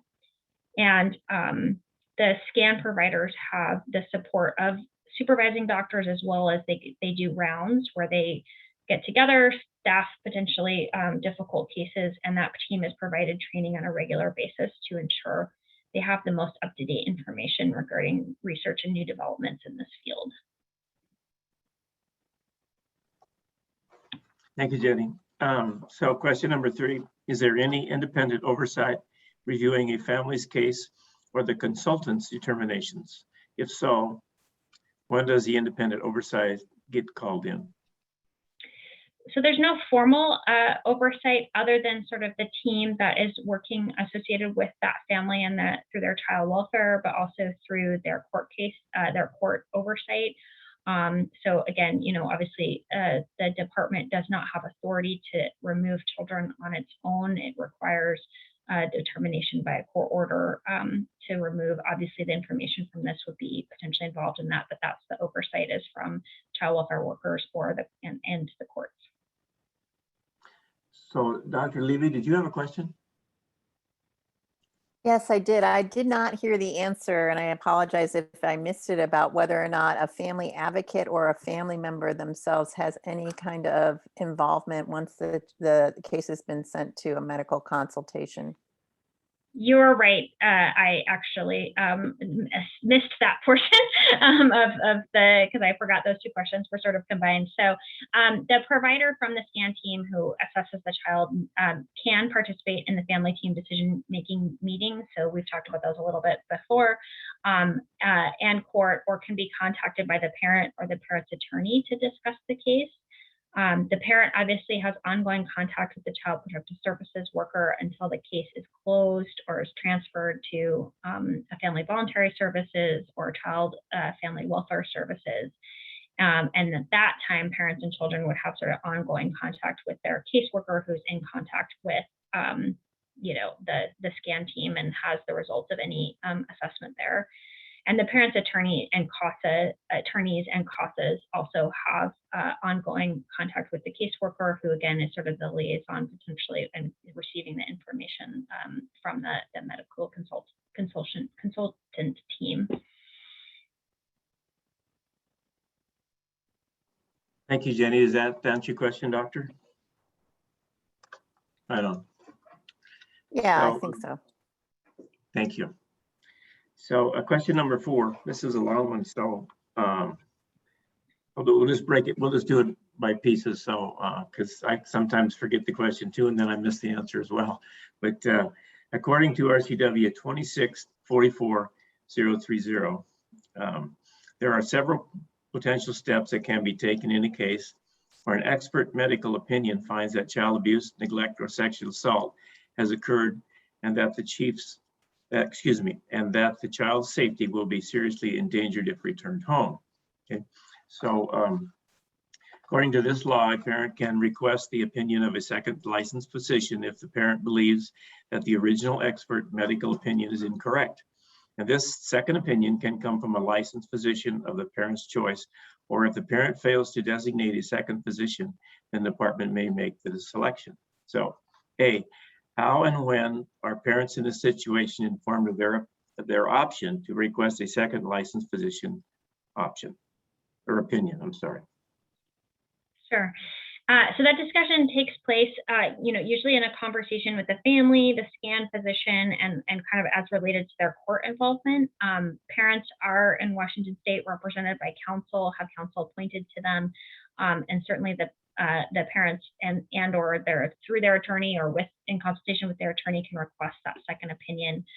Parents also can bring concerns to the caseworker, in which case, we would expect, again, either their attorney or the caseworker would be knowledgeable about the ability to have a second opinion, but there's no formalized process. Like, we don't give them a handout, for example, informing the parent of the ability to request a second opinion at this time. Thank you. And question B, if a parent requests a second opinion, but does not select a specific alternate licensed physician, how does the department make the selection of a second licensed physician's opinion? So it's challenging, right? Because each case is unique, and we try to handle them as much on a case-by-case basis. It rarely happens, but when it does, we try to do that in conversation with the family and the care team as a whole. There is RCW 264430 talks about any case referred to the department by a physician licensed under Chapter 1857 or 1871 on the basis of an expert medical opinion that child abuse or neglect or sexual assault has occurred, is required essentially to report. And the department shall file a dependency petition unless, as you're talking about, a second licensed physician comes in. And then the department is allowed to sort of make a selection. We try to do that in consultation with the family as much as possible. Thank you, Jenny. And the next question, are there, I apologize if my paper got wrinkled in my printer this morning, so I'm having a hard time with all the letters, but are there potential barriers or challenges for parents in the process seeking a second opinion, such as additional medical costs to receive a second licensed physician's opinion, or particular timelines within which a second opinion must be obtained? We are not aware of any barriers, and there does not appear to be in statute any particular timelines sort of on a second opinion. But certainly if there are things that need to be brought to the department's attention on that matter, we are more than open to any of that feedback. Thank you. And the next question is question D. Are there any case situations in which DCYF, independent of a parent's request, would determine a second medical opinion would be warranted? If so, what circumstances would prompt DCYF to request a second medical opinion on its own? So if a caseworker or supervisor has concerns with the assessment, sort of their first step would be to reach out to the provider, the particular medical consultant, and go over their concerns with them and talk through that. And if there were unresolved concerns at the end of that conversation, the caseworker or supervisor could ask the provider, can we staff this with other providers, other medical consultants, et cetera? And if we really still can't kind of resolve some of our concerns, a request can be made to Dr. I'm going to probably butcher this person's name, sorry, Weister, who oversees the scan team to kind of determine next steps. So there's a way inside of that team to try to get access to potentially a second opinion or have those staffed. And if there's concerns by the caseworker or the supervisor that there's an issue with the assessment. Thank you. And one more question here. In a case involving medical consultation, what type of parent advocacy services are provided to families when their children are brought into care? For example, are they given a navigator to assist them with finding legal help? So I don't have that particular question on my my document. If I understood it correctly, it's about after the child's been brought into care, I mean, my understanding is that at that time, parents would be assigned representation if they're in dependency. Okay. Yeah, you're right. It's definitely been brought into care. So, but are they given a navigator to help them kind of go through the system and see the services that are available to them? My understanding, and actually, Sharonda, you might actually have even better than I do, understanding of how the system works, because again, I don't have this question, a written response to read from here, but my understanding is that in addition to the attorney representation provided through the Office of Public Defense, that there is social workers that work on behalf of Office of Public Defense that do some of that sort of parent ally work with parents in dependency. Okay. Yeah, I mean, that's pretty much. That's pretty much, Jenny. I mean, I think when I hear the question, Representative Dent, I mean, the navigator in itself is a social worker. I mean, that's part of their role, is helping to assist in navigation.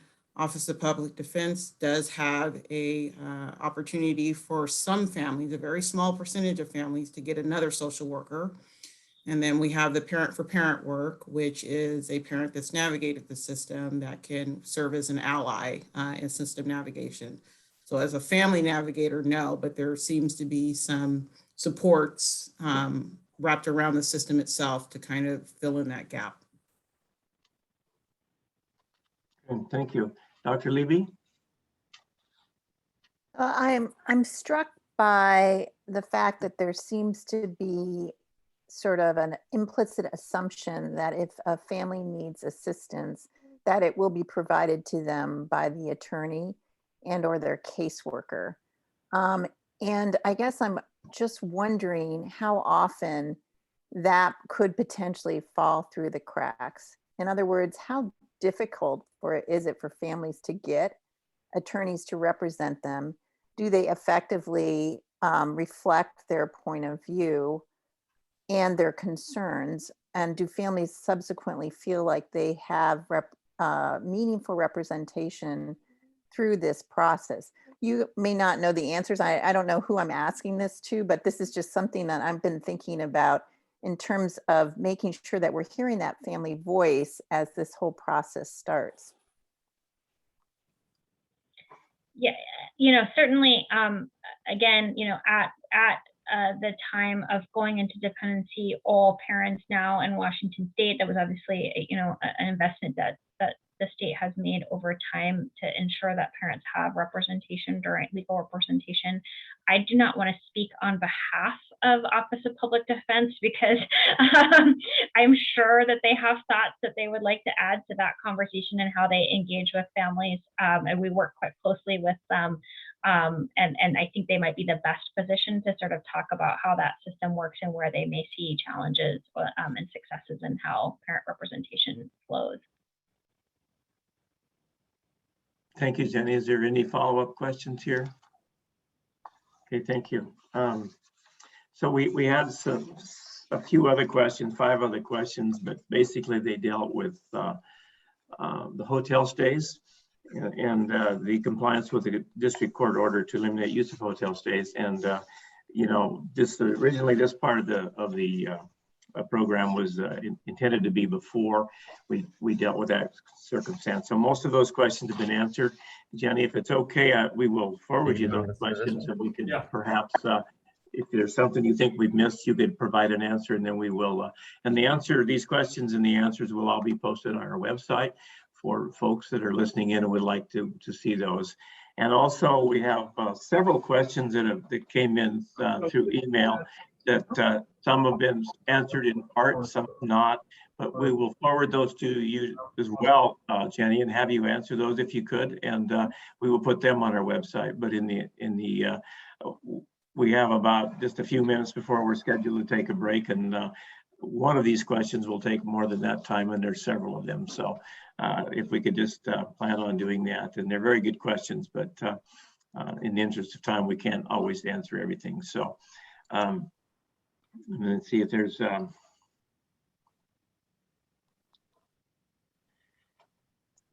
Okay, but I will ask just one last question.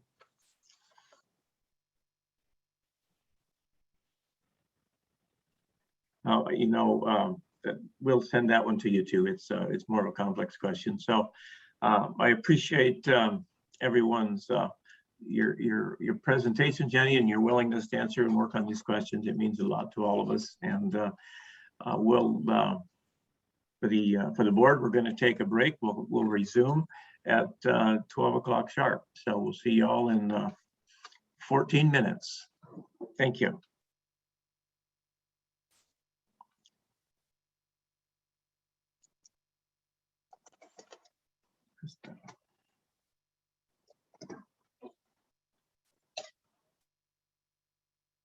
It was out. Okay. Krista.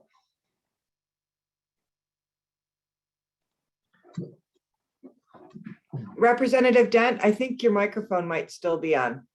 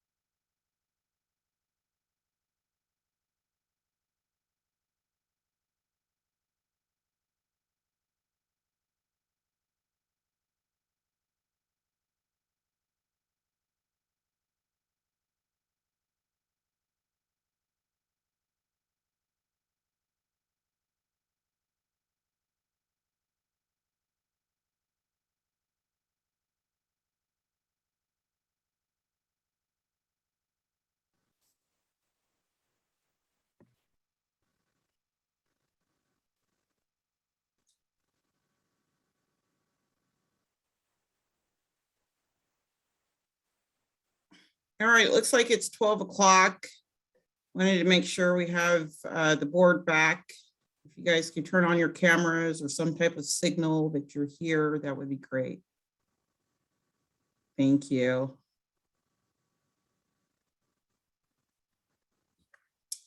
So the next portion of our agenda is on public comment. And I'm actually going to read a statement today. I want to just preface it by just saying that we are all learning here. 1661 has been operating for a few years. This oversight board is new. And so we are continuously in a state of evolving and understanding our powers, our responsibilities, and how to best support the public and families and the state of Washington, particularly the workforce, and moving and doing the right thing for families. So I'm going to read this statement just for all of us to get a better understanding of the power of the boards and what we're doing here. So the DCYF Oversight Board is governed by state law. And per state law, the Oversight Board has a general oversight over the performance and policies of DCYF and may provide advice and input to both the department and the governor. Such oversight includes monitoring and ensuring that the department achieves the 8 stated outcomes listed in the DCYF's founding legislation.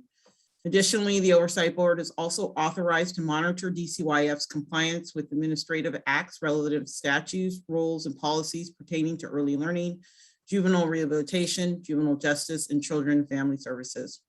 When issues are raised to the board's attention, the board will consider how these issues relate to the board's role and may also use any information brought to the board's attention to help guide the board's assessment of DCYF's performance, policies, and strategies.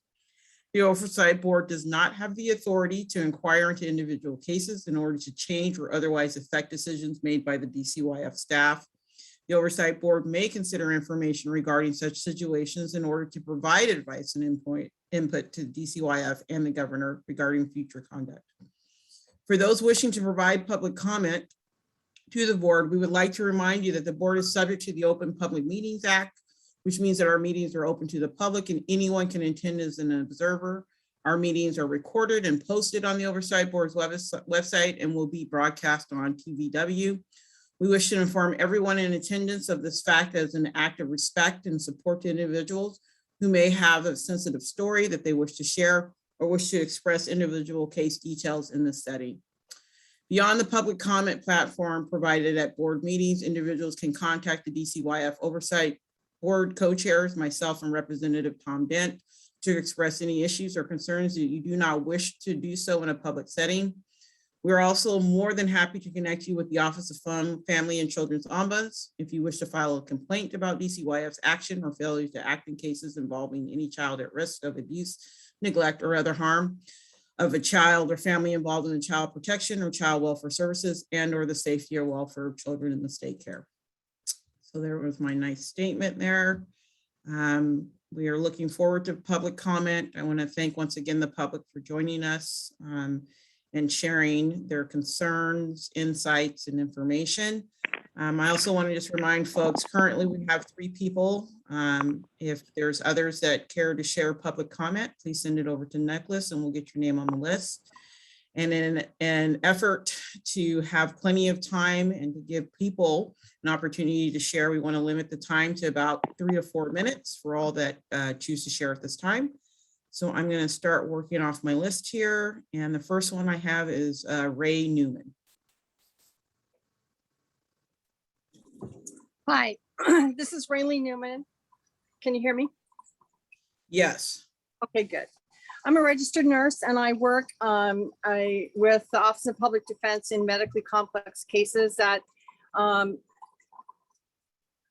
the time they get to me are really quite confused. I wanted to talk a lot about Ross Hunter not being there, which I think is outrageous. A lot of my clients and parents are overly are just horribly concerned about what's been going on with medical consultation and with Dr. Woods, but I think it's interesting that he didn't show up to discuss that. But I want to go on to say that through the comments that have been made this morning, it's become more and more apparent to me how incredibly powerful the social workers or the case managers are. And with that power, they need to have the experience and training that's commensurate with the power that they have. So I do medically fragile and medically complex cases. I work with social workers who don't know anything about diabetes, G-tubes, COVID precautions, autism, failure to thrive, medical child abuse, fractures, abusive head trauma. They don't have any personal knowledge or experience, or maybe a little bit of experience, but they're the ones that are able to manage that portion of the child's care. And that brings you to the simple fact that those parents, they're not being heard. That family voice is not being heard because of the bias of the social worker, and what she thinks she understands is so off-putting, and it eliminates any other possible discussion that they could possibly have with the family. And so I think that's terribly concerning. I think that through my experience, and I do 80 to 100 cases a year. I don't just do 3 or 4. 80 to 100 cases a year, it's become clearly evident to me that DCYF needs to have a way of providing services to those families that are medically complex with social workers that have specific experience. And so I don't know if that means in each division they need to have a medically complex group, but I work with social workers that don't have a clue about how to do a G-tube or how to do, or autism care. And we always have to go back to the very beginning, and they shouldn't have such a steep learning curve. And when they're the ones that get to decide that there's going to be a second opinion, that whole thing is really very interesting to me, because I have never seen, in all of the cases that I have done, I have never seen the department request a second opinion. I've seen families request a second opinion and they get told, no, you can't have one. So that's very interesting to me. I just think that when I go through the case notes of what the social worker writes about what she understands about the medical care, and then I go back and I actually read the medical records, it's like 2 different languages. The social worker is not understanding what the medical provider is saying, and she's reporting things that isn't true. And that is what gets reported in the court report.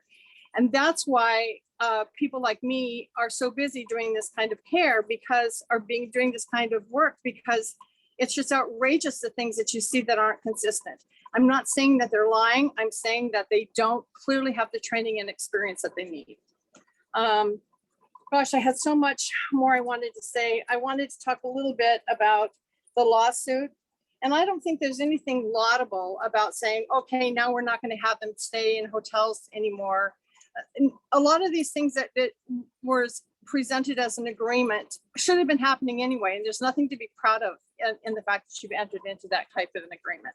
So I hope I don't sound angry. I'm not. I'm just kind of overwhelmed with all of the information that I've received this morning, which was in addition to what I thought I was going to comment about. So anyway, I think, one of my big experiences was having a kid that has severe respiratory distress, 2 years old, and had been removed from the parents because the parents weren't supposed to be good care providers. And all the while in the visitation notes, I'm reading that the child is going to and from daycare where they're not using any COVID precautions. The state was paying for that daycare, and the state was exposing that child on a daily basis to COVID, when they were at the same time saying the parents weren't capable of taking care of the child. The parents were much more capable than the state was. But the state did not listen to even what their own supervisor, visitation person was writing. They didn't read that. And I know they read the report because other comments that would be in that supervisor's report would show up in a court report. But they never told the judge that, oh yes, Your Honor, we're not following COVID precautions because we just don't want to. It doesn't make any sense to me.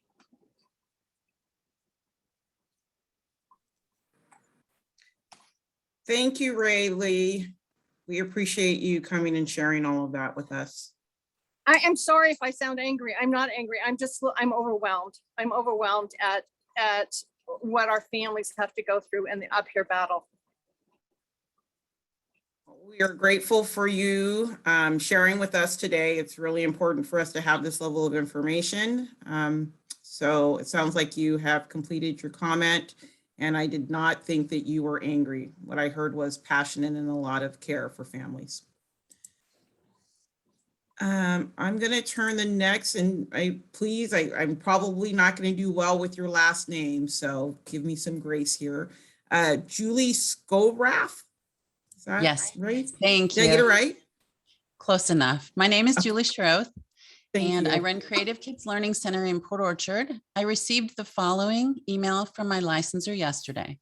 FYI, with the updated background check rules, the following staff cannot be working on site until their background check is showed as cleared in merit. They may return to the premises once their backgrounds have cleared. I hired this new staff member on August 17th, and she filled out the background check online that same day. She's been working under the supervision and mentoring of a lead teacher in the classroom. But now, while we wait for DCYF to process her fingerprints, she can't be on the premises. This industry cannot survive this kind of hiring barrier. We depend upon these background checks, but the turnaround time should be 24 hours, not several weeks or months. We will not be able to keep these employees waiting. They'll just find other jobs. I'm also a board member of the Washington Child Care Centers Association, and we have advocated on this issue for several years. WCCA has evaluated the federal rule, and we believe we would be in compliance if fingerprinting was done through the state patrol, which could be cleared in 24 hours. Other states have decoupled the various portions of the background check to make this necessary change, and their turnaround time is very short. We're wondering, with the tens of millions that the department has received for infrastructure, if this process will finally be fixed, placing the burden on employees on employers who are already closing classrooms due to lack of staff is just problematic. This is a problem that can be solved, and we need DCYF to solve it. Thank you. Thank you, Julie, for bringing that important topic to comment. We appreciate you. And last, for public comment, we have Jim Theophilus.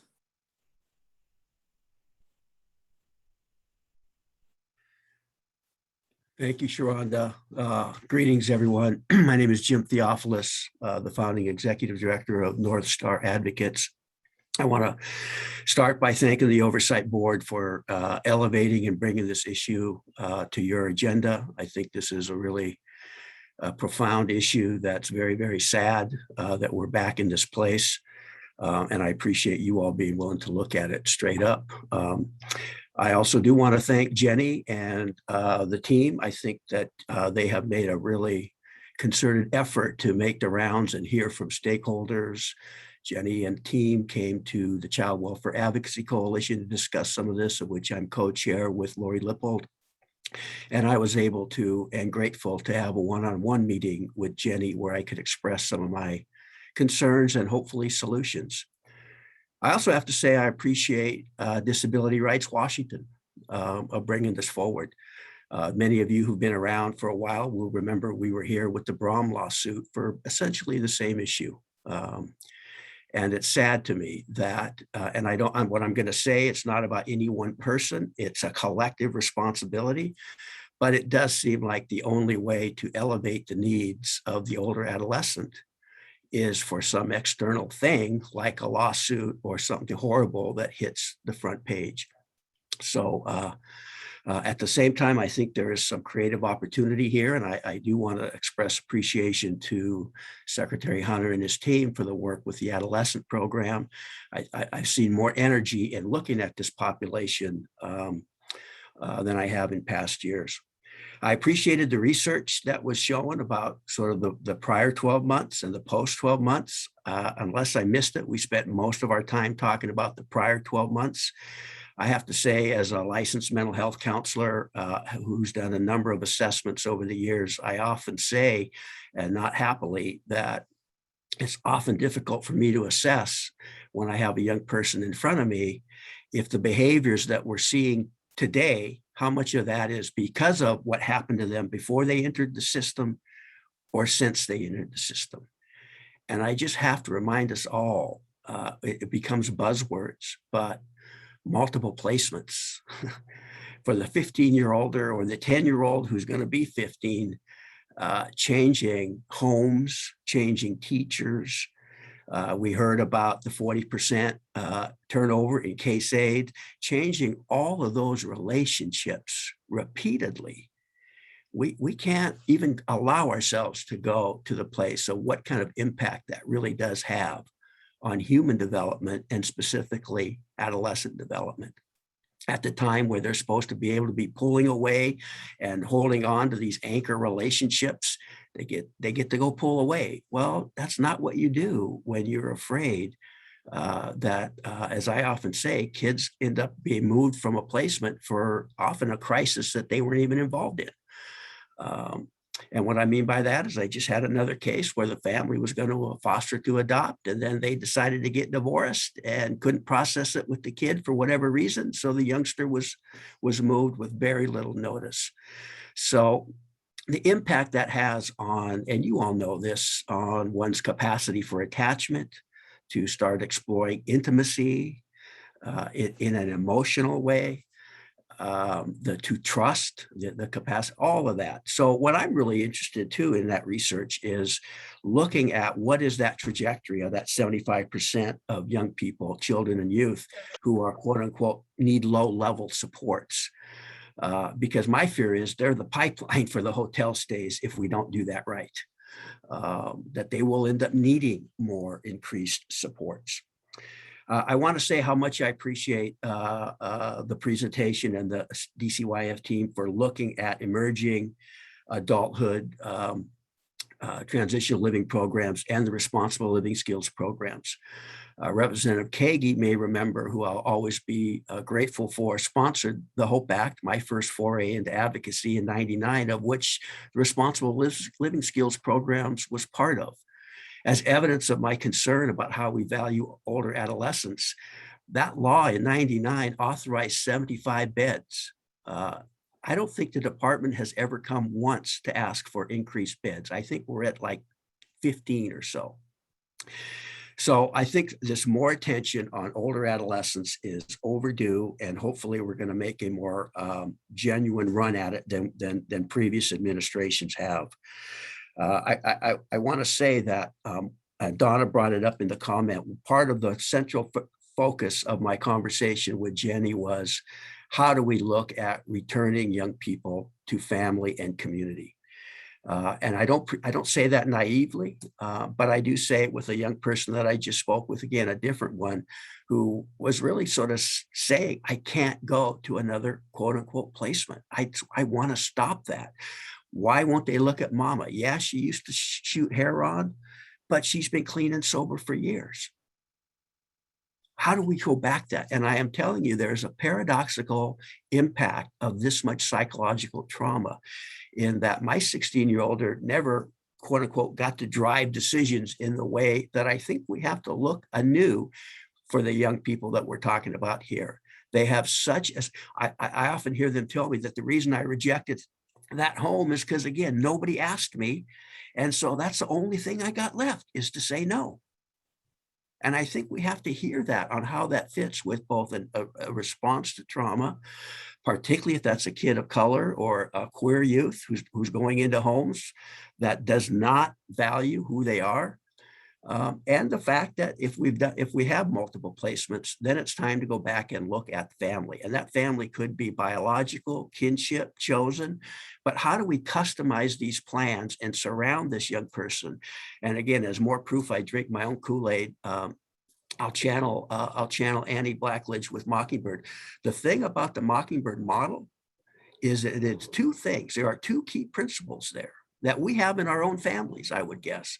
One is we sort of think ahead and anticipate crisis, so we plan for that. And that's what the respite is about in the Mockingbird model. It's relationship-based.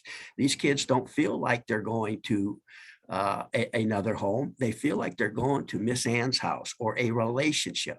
And that's what's missing for these young people. And the point I want to make about paradoxical, in my view, my clinical experience, that's the hook to get them re-engaged, is to have people who do know them, who do look like them. But then the second level is, how do you give those folks support? Right? So it may not be a hub home or a respite home per se, but if we send this young person home, how do we help mama? Because we know it's not going to be a straight line. So I just, I don't want to take up too much time. I want to stay within the 3 minutes. I think that this is an opportunity to look at customized plans. What would we do for our own kids? Who will they say yes to? And that's how I start my conversation with young people in this situation. Who would you live with? And what do you think it's going to take to pull that off? And then when I go and that young person says auntie or mama or my ex-soccer coach or a foster home a long time ago, and they wanted to adopt me, but they couldn't.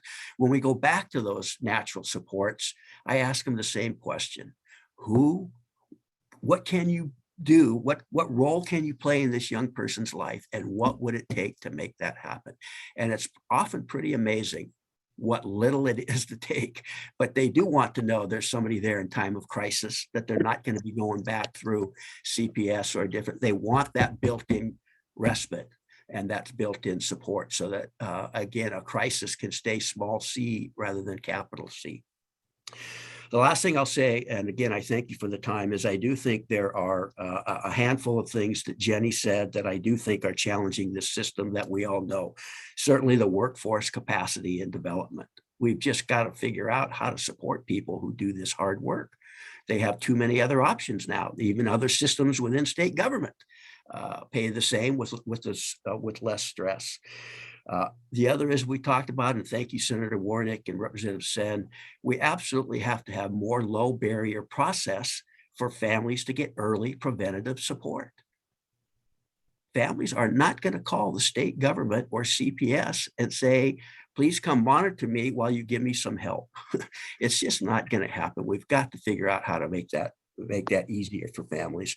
And then I would say the customized plans. How do we, particularly for the adolescent, older adolescent, that anybody, you don't need a master's degree to look at their file. You can say, wow, this kid is headed for trouble. Too many placements, too many changes, street and runaway episodes, which, by the way, I often say, I don't even use the word runaway anymore. I say running to, because running away is too pejorative. These kids are running to something I know, something I trust, someone who used to care about me. They're running to.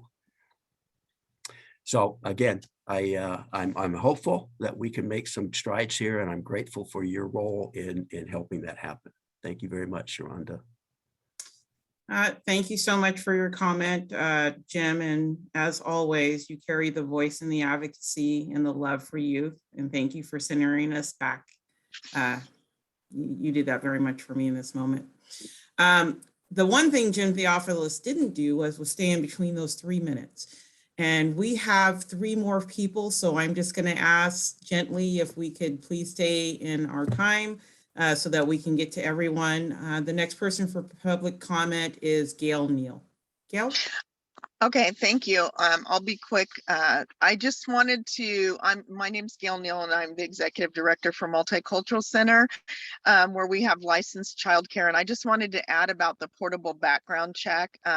One of the things that is going to be an issue if we cannot let employees on the premises until they actually are cleared, we actually start staff and they have 36 classes that are required because we're an ECAP site that they have to do before they can start working. So we have them in our office doing those 36 classes online that they have to do to even be in ECAP. And I think that is going to be an issue if we're not allowed to do that because they're going to start so late in the game. So I just want to put that out there, that part of having them come on, we don't leave them alone with kids, is them being able to do the training. Thank you. Thank you, Gail. And once again, to you and Julie for bringing this to the board. It's evident that there needs to be some problem solving going on pretty quickly, as the crisis in childcare is very evident and impacts us greatly. So thank you both for that. Next, I have Kathy Carmen.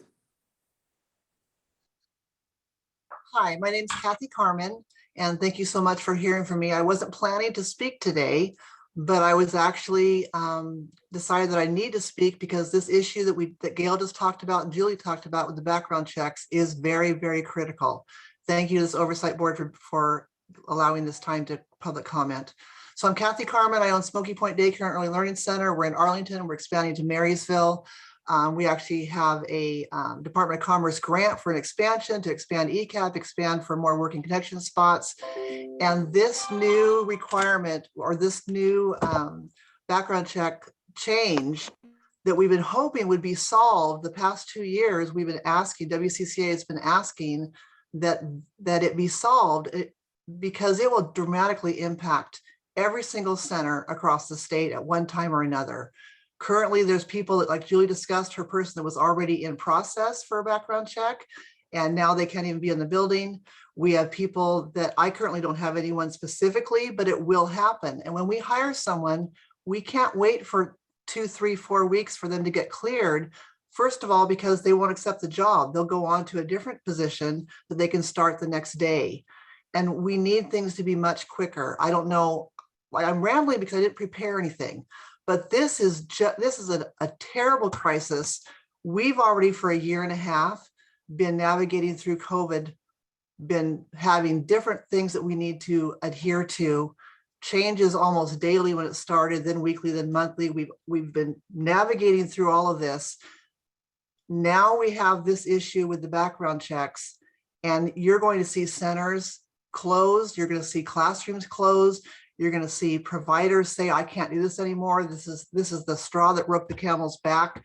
We're getting through this tunnel. We think that the light is going to be all this support like we received last year legislatively, and instead it's a train. We are going to be devastated with this. So I don't know who controls it. It's not our job to figure out how to fix this, but it needs to be addressed 2 years ago when we first started talking about it, and now it's come to a head. So I apologize for rambling. Thank you much for this opportunity. And I look forward to seeing what happens to make this where background checks can be cleared quickly and efficiently. And thank you so much for your time. Thank you also, Kathy, very much appreciated, and very much appreciated caring for children. So we'll continue to have the conversations. And I do want to just encourage you all that there is an early learning subcommittee group that is specific to this subject matter. And there might be some opportunities for a little bit more of a detailed conversation in that particular group. We've got a couple more folks. Looks like Luke Jasmine. Hey all, so I'm gonna sound like a broken record here, but portable background checks, that is top of mind for us. Been getting a lot of calls from colleagues, me, myself, and my several locations. It would put us in a dire situation. So I know that there's a lot of people on this call, a lot of people who have influence, and I would just ask that you use that influence and we figure out anything that we possibly can to make sure that we're able to allow people to start some of those prerequisites and get paid. This is a major equity issue. If you think about people living in rural areas that don't necessarily have access to fingerprinting places right away, or just even just people of color who are in a situation where statistically we have barriers that are in place. This is another major barrier that I would ask everybody on this call just be on high alert about, to figure out how we could remedy it and make sure we save the field. So thank you again. I appreciate the time, and I'll give it back. Thank you, Luke. Unfortunately, I went in and went out. I do know that you are speaking about the same issue that others have brought forward. So we will continue to learn a bit more about all of that and see where to move next. And I'm going to move to our last person that we have for public comment. And I want to say Jean Mollenhauer. Yes, thank you. Again, broken record. I'm Jean Mollenhauer. I'm Director of Our Inspiration Childcare in Tacoma. And we're, like all centers, holding on by a thread over here. We have gone through all of the major changes, all of the transitions, all the the schooling of the school agers. We have done our absolute best. I have my staff who are amazing, who some have stayed, some have left. But we're just bare bones as it is right now, as everybody knows, if they've tried to hire. It's really hard to find good staff. Then when you find them and you want to bring them on, now we're stuck with this background quandary. It's really dire straits is putting it mildly. It's a huge, huge situation. And I want to also point out that this comes in, see, how do I say it? So not only are we navigating and negotiating, I'm working tons of hours, I'm sure everybody else is, and I'm paying overtime to my staff. We're trying to cover all the spots. Now, all of a sudden, we have someone who is exposed to someone who had COVID. Now I can't have that staff work. Now, not only are we short-staffed because I can't bring my new person that I've hired who doesn't have a cleared background check, I can't have my already established staff work because they've been exposed. And they may, depending on the health department guidelines, maybe they're out for 7 days, maybe they're out for 14 days. I mean, we've all probably had COVID in our centers. I know I have a couple of times, and it's rough. It is so rough. At some point, I even put out an email to my parents. I'm going to have to call some of you someday and say, I don't have enough teachers for this room. What are my poor parents going to do? It's devastating. I don't have enough teachers to take care of your kids. I've never, ever had that situation. And it's so rough, so rough. I just think you need to hear from as many providers as possible to know how very devastating this is. It goes along with everything we've been putting up with through the last year and a half, but just add in that element of having to be out when they're exposed or actually get sick with COVID. And my staff are vaccinated, but we all know the breakthroughs are happening. So, I mean, it's out there. And it just compounds all the trouble. It's really, really a struggle. Thank you for listening. Thank you, Jeannie, for coming and sharing with us today. And thank you for everyone who's come today and provided public comment to inform, enlighten, and sounds to me like a bit of spurring us on to some serious action. So I appreciate all of the time. I know that your time is valuable, and so coming and sharing with us is also very valuable. So thank you for that. I'm going to turn it back over to Representative Dent, and we're going to go into a board discussion.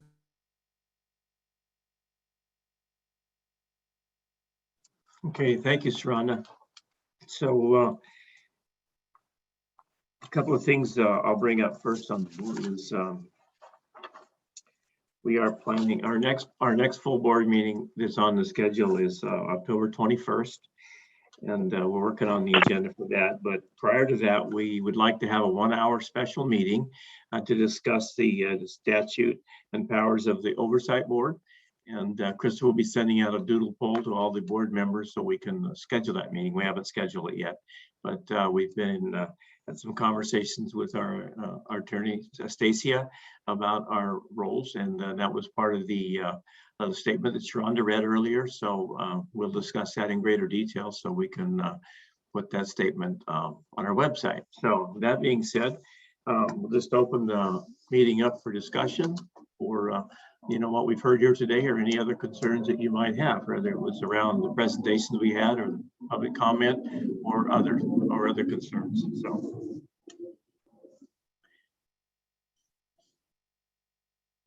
feel free to raise your hand or just begin talking, and you don't all have to talk at once. Representative Sam. Thank you, Representative Dent. In reply to the issues of the background check, I did just want to mention that as probably folks know, annoyingly, this is a federal requirement versus the October 1st date change. This is a federal requirement that the department has been getting a waiver on and had requested a waiver and was denied from the federal government. That doesn't mean we don't need to address it, but it's extremely irritating to everybody involved. And definitely everybody is feeling the pain, and it's hitting childcare providers, but it's not only them, it'll be lots of other professions too. So it's really, really frustrating. Do just want to mention, and if anybody wants to learn more about it, it's still under development, but I will be proposing a feasibility study of a statewide background check office so that we can have kind of a one-stop for background checks, and then we can streamline against around professions and hopefully move to a 5-year background check renewal instead of a 3-year, and not have to have it and have it be portable, so people don't have to get them when they change jobs and when they have so many. So that is in the works. Unfortunately, would not obviously come online or be helpful in the next little bit, but that is an active step that I know that I'm taking. So just wanted to share that with folks as well.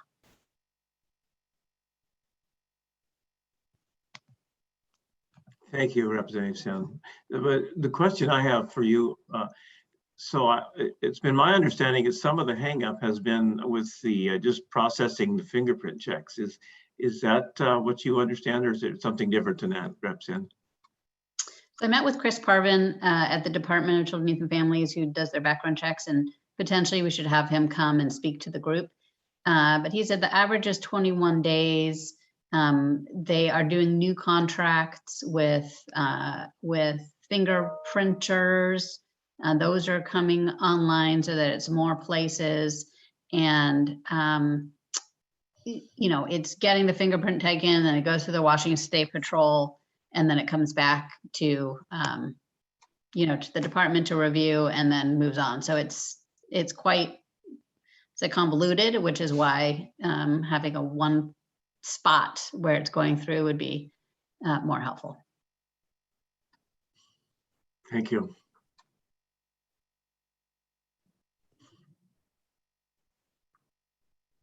Do we have other input from the board at the moment?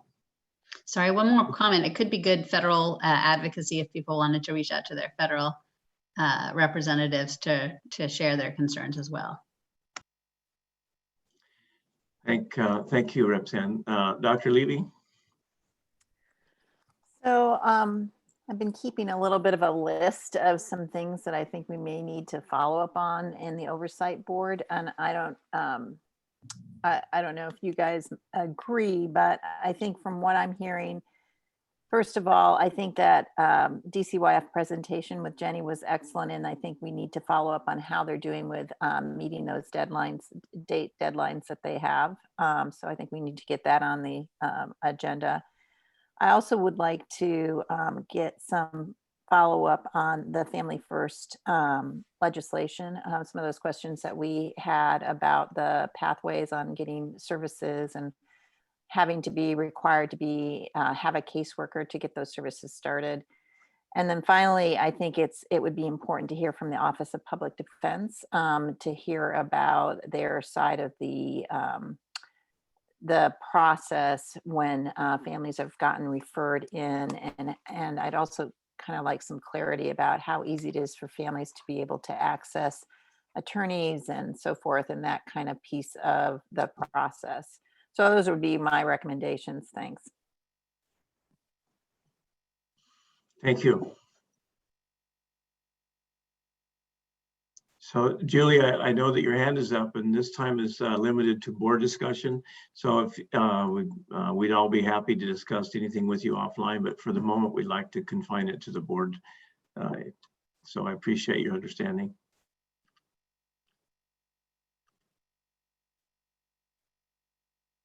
Other comments? You know, I heard some things that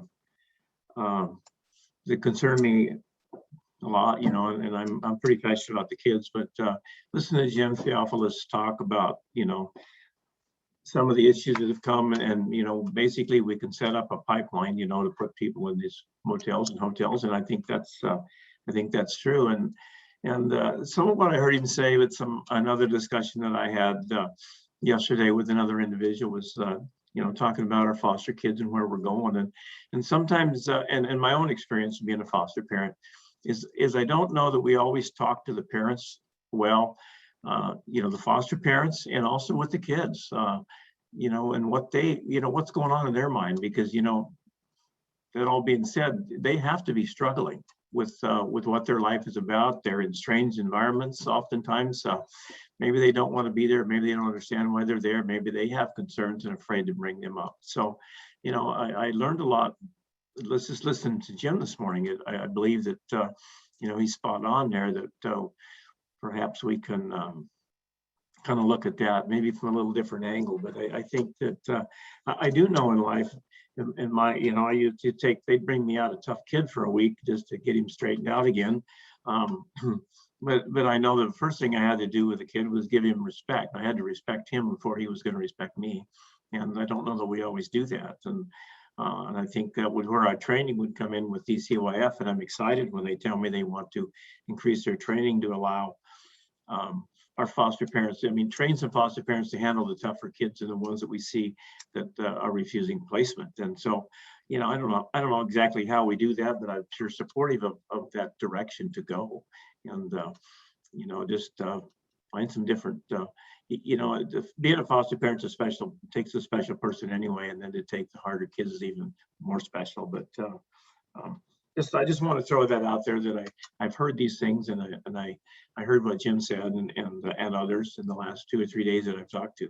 It's something I think I would like to keep in the forefront on the agenda, so to speak, and however we can be helpful in going that direction. So Representative Kagi, your hand is up. It is. Well, I just wanted to really compliment the department on the level of analysis that is being done to try to understand the problem and the commitment to have Jenny Hedden really head up developing strategies for address it. I think having someone in charge of developing a plan and implementing a plan is critical to solving the problem. But I wonder, you know, what role we as an oversight board can take to really highlight some of the workforce problems that have been identified during this presentation and really over, you know, the past years of the inability to pay people enough so that they stay in their job, or the lack of support for foster parents or for parents.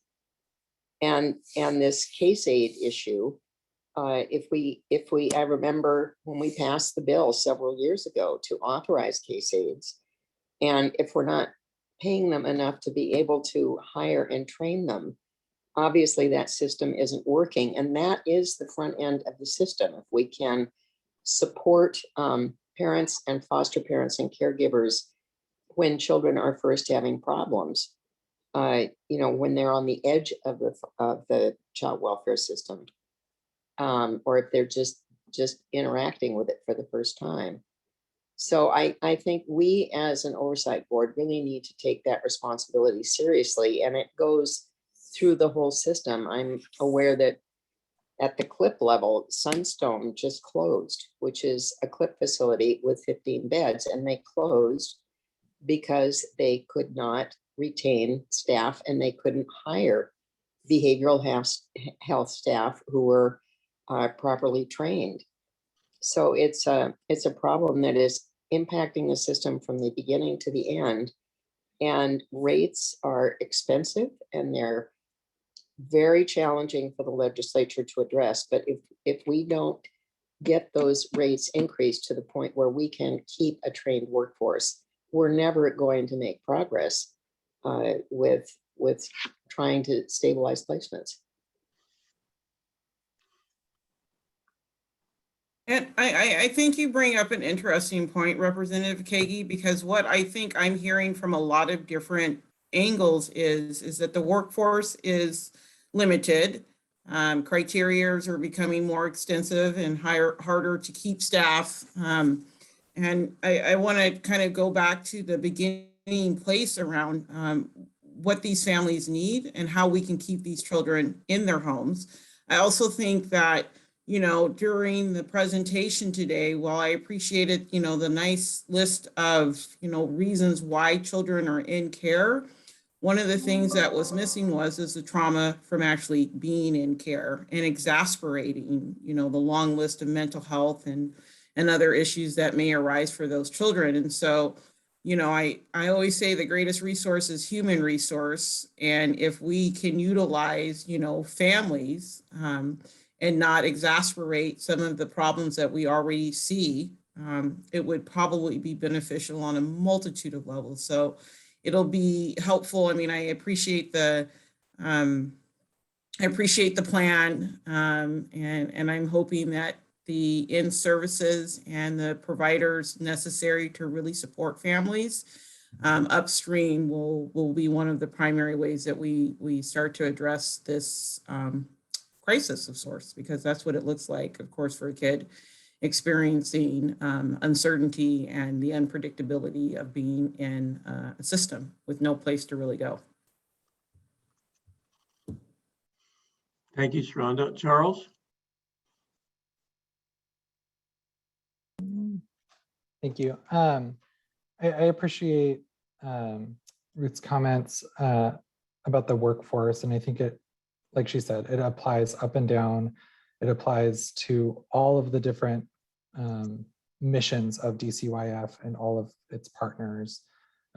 So we're talking about not only the early learning that we've talked about a lot today, but we're talking about the mental health, behavioral health services that are in the community that are not able to keep their doors open, and those directly, impact the families that we're trying to serve.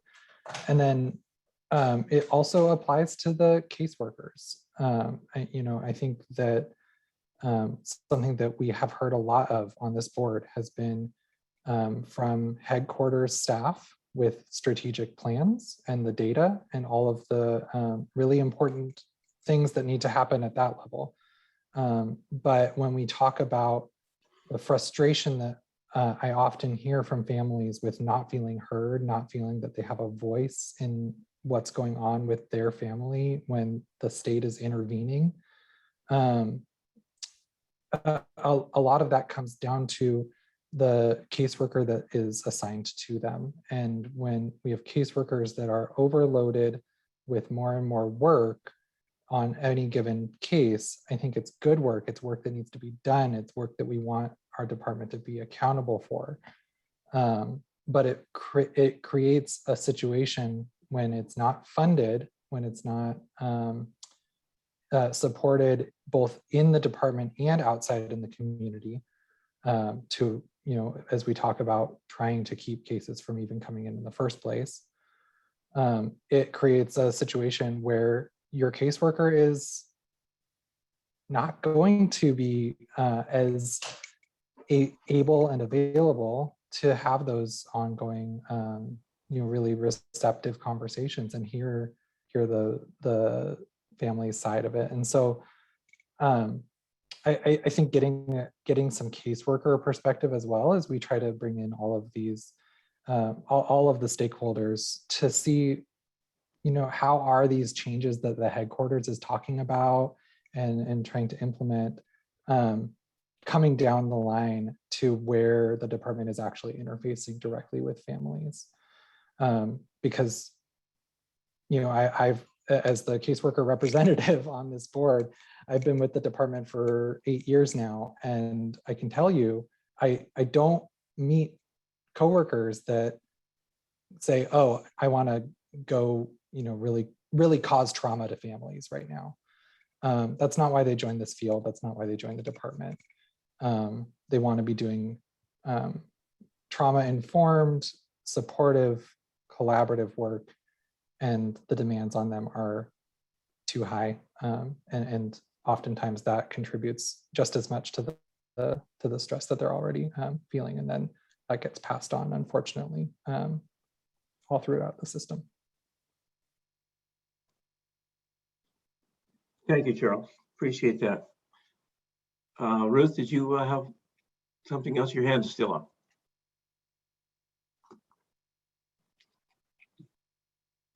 Don't you just love technology? Anyone else? Bobby, you're laughing. You must have something to say.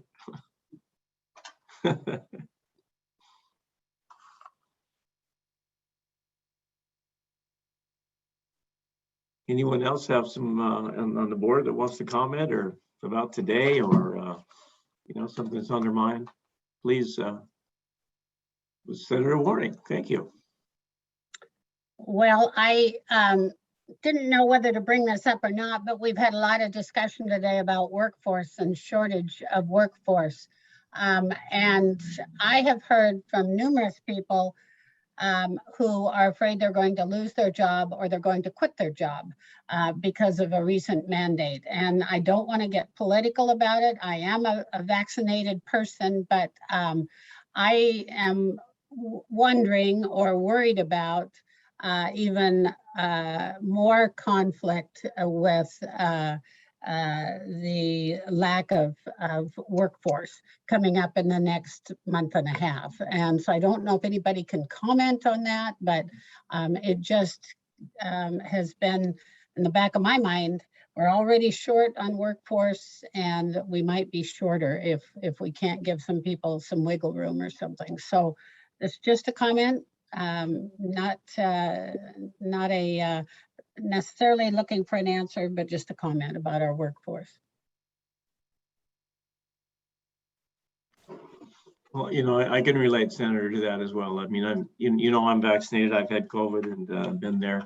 Don't recommend getting COVID to anybody. You won't like it. I promise you that. But that I am concerned about the workforce too. And I've had several people come and see me, and my granddaughter, who's a nurse, does not want to be vaccinated. So I'm afraid we're going to lose her to that profession for a while. So I'm concerned too, and I'm concerned to all these things. So it's a big concern, and I'm hearing a lot about it. I don't know if anybody else has a thought. I'd sure like to hear it, regardless of what it is. Please share.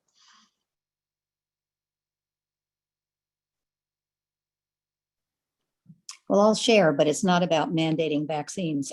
I just wanted to maybe put an exclamation point on Dr. Levy's comments about having hopefully the new director from OPD come in and talk about a representation of parents in the through the dependency process.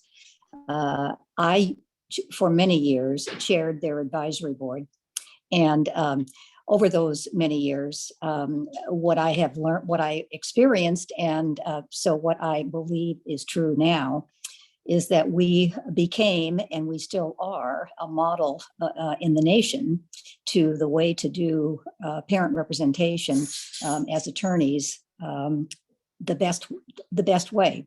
And we have a wonderful program, a wonderful model, I guess I should call it now, that took a number of years to get fully brought to scale. But with the legislature's assistance in gradually on proof of authenticity, if you will, as we went along, proving, in other words, that this really worked. Reunited families more quickly, got kids permanency more quickly, et cetera, when lawyers were not only provided with special training in order to do this work, no matter where they're from, independent public defense agencies like in King County and some other places. Well, sorry, that's not right. In King County, we now have a governmental entity. But regardless, in other words, of how those lawyers come to be appointed to represent the parents, they are provided with services of social workers who allow them to make better decisions and give better advice and more timely advice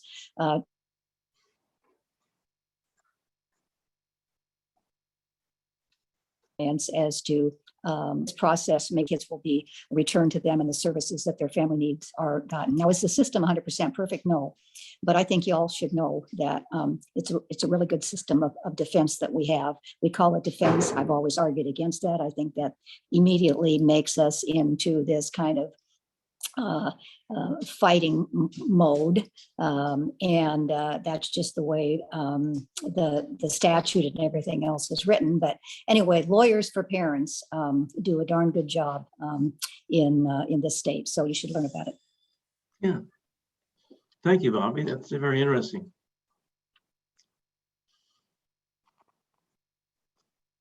Well, anyone else? Well, I thank everyone. I want to thank the board because I know this is we're been discussing some difficult topics here, and but it's sometimes how we grow. And I know we're all passionate about our child's foster care, child care system, all of it that we deal with in the DCYF and the Oversight Board, and we all passionate. We want it to be succeed and do the best we can. So I appreciate everyone's involvement and willingness to participate, because I know that there's some hard things here and are hard topics, and it's difficult. Sometimes it'd be easier if we didn't have to participate, and I understand that. And the questions that have come in from the board members, I appreciate that more than you'll know, because we're just that means everyone's thinking a little bit about where we are and where we want to go. So that's another thing that that I'm very grateful that we're doing that as a board. So it's something I'm passionate about, and I know you all are. So I don't know. It's been an interesting a couple of months for me here, being listening to more folks than sometimes I wished I had to listen to. But they do spawn thinking and create new ideas, and I think we're doing.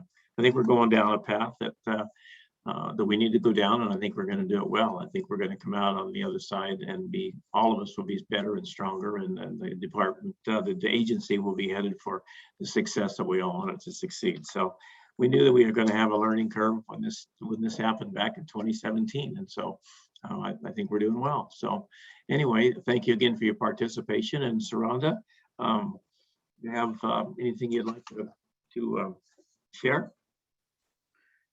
I just want to say thank you to the public for joining us today. I want to say thank you to all of the board members. Of course, this is difficult conversations. It is through conversations that we get to solutions. And I am grateful to be on this journey, seeking to empower our workforce and be able to support the families so that they can have their best chance at reunification and reduce impacts of trauma. So thank you for the time today. And I think we're going to be adjourning. Do I have that right, Representative Dent? You know, I would like to say one more thing, Sharon, is I would like to thank our staff. We have put a lot in the last couple of months on this topic, and Krista and Nicholas have worked really hard to do this, and lots of phone calls and Zoom meetings, and they've just done an outstanding job. And I've even got Nicholas trained now where he turns on his camera, so that's pretty cool. But and I tease him a lot about it, because I tease about anybody I can. But anyway, thank you to Nicholas and Krista for your hard work. I appreciate you both a lot. And Saranda, I appreciate you as well. You've worked hard too. So with that, we're adjourned. Thank you.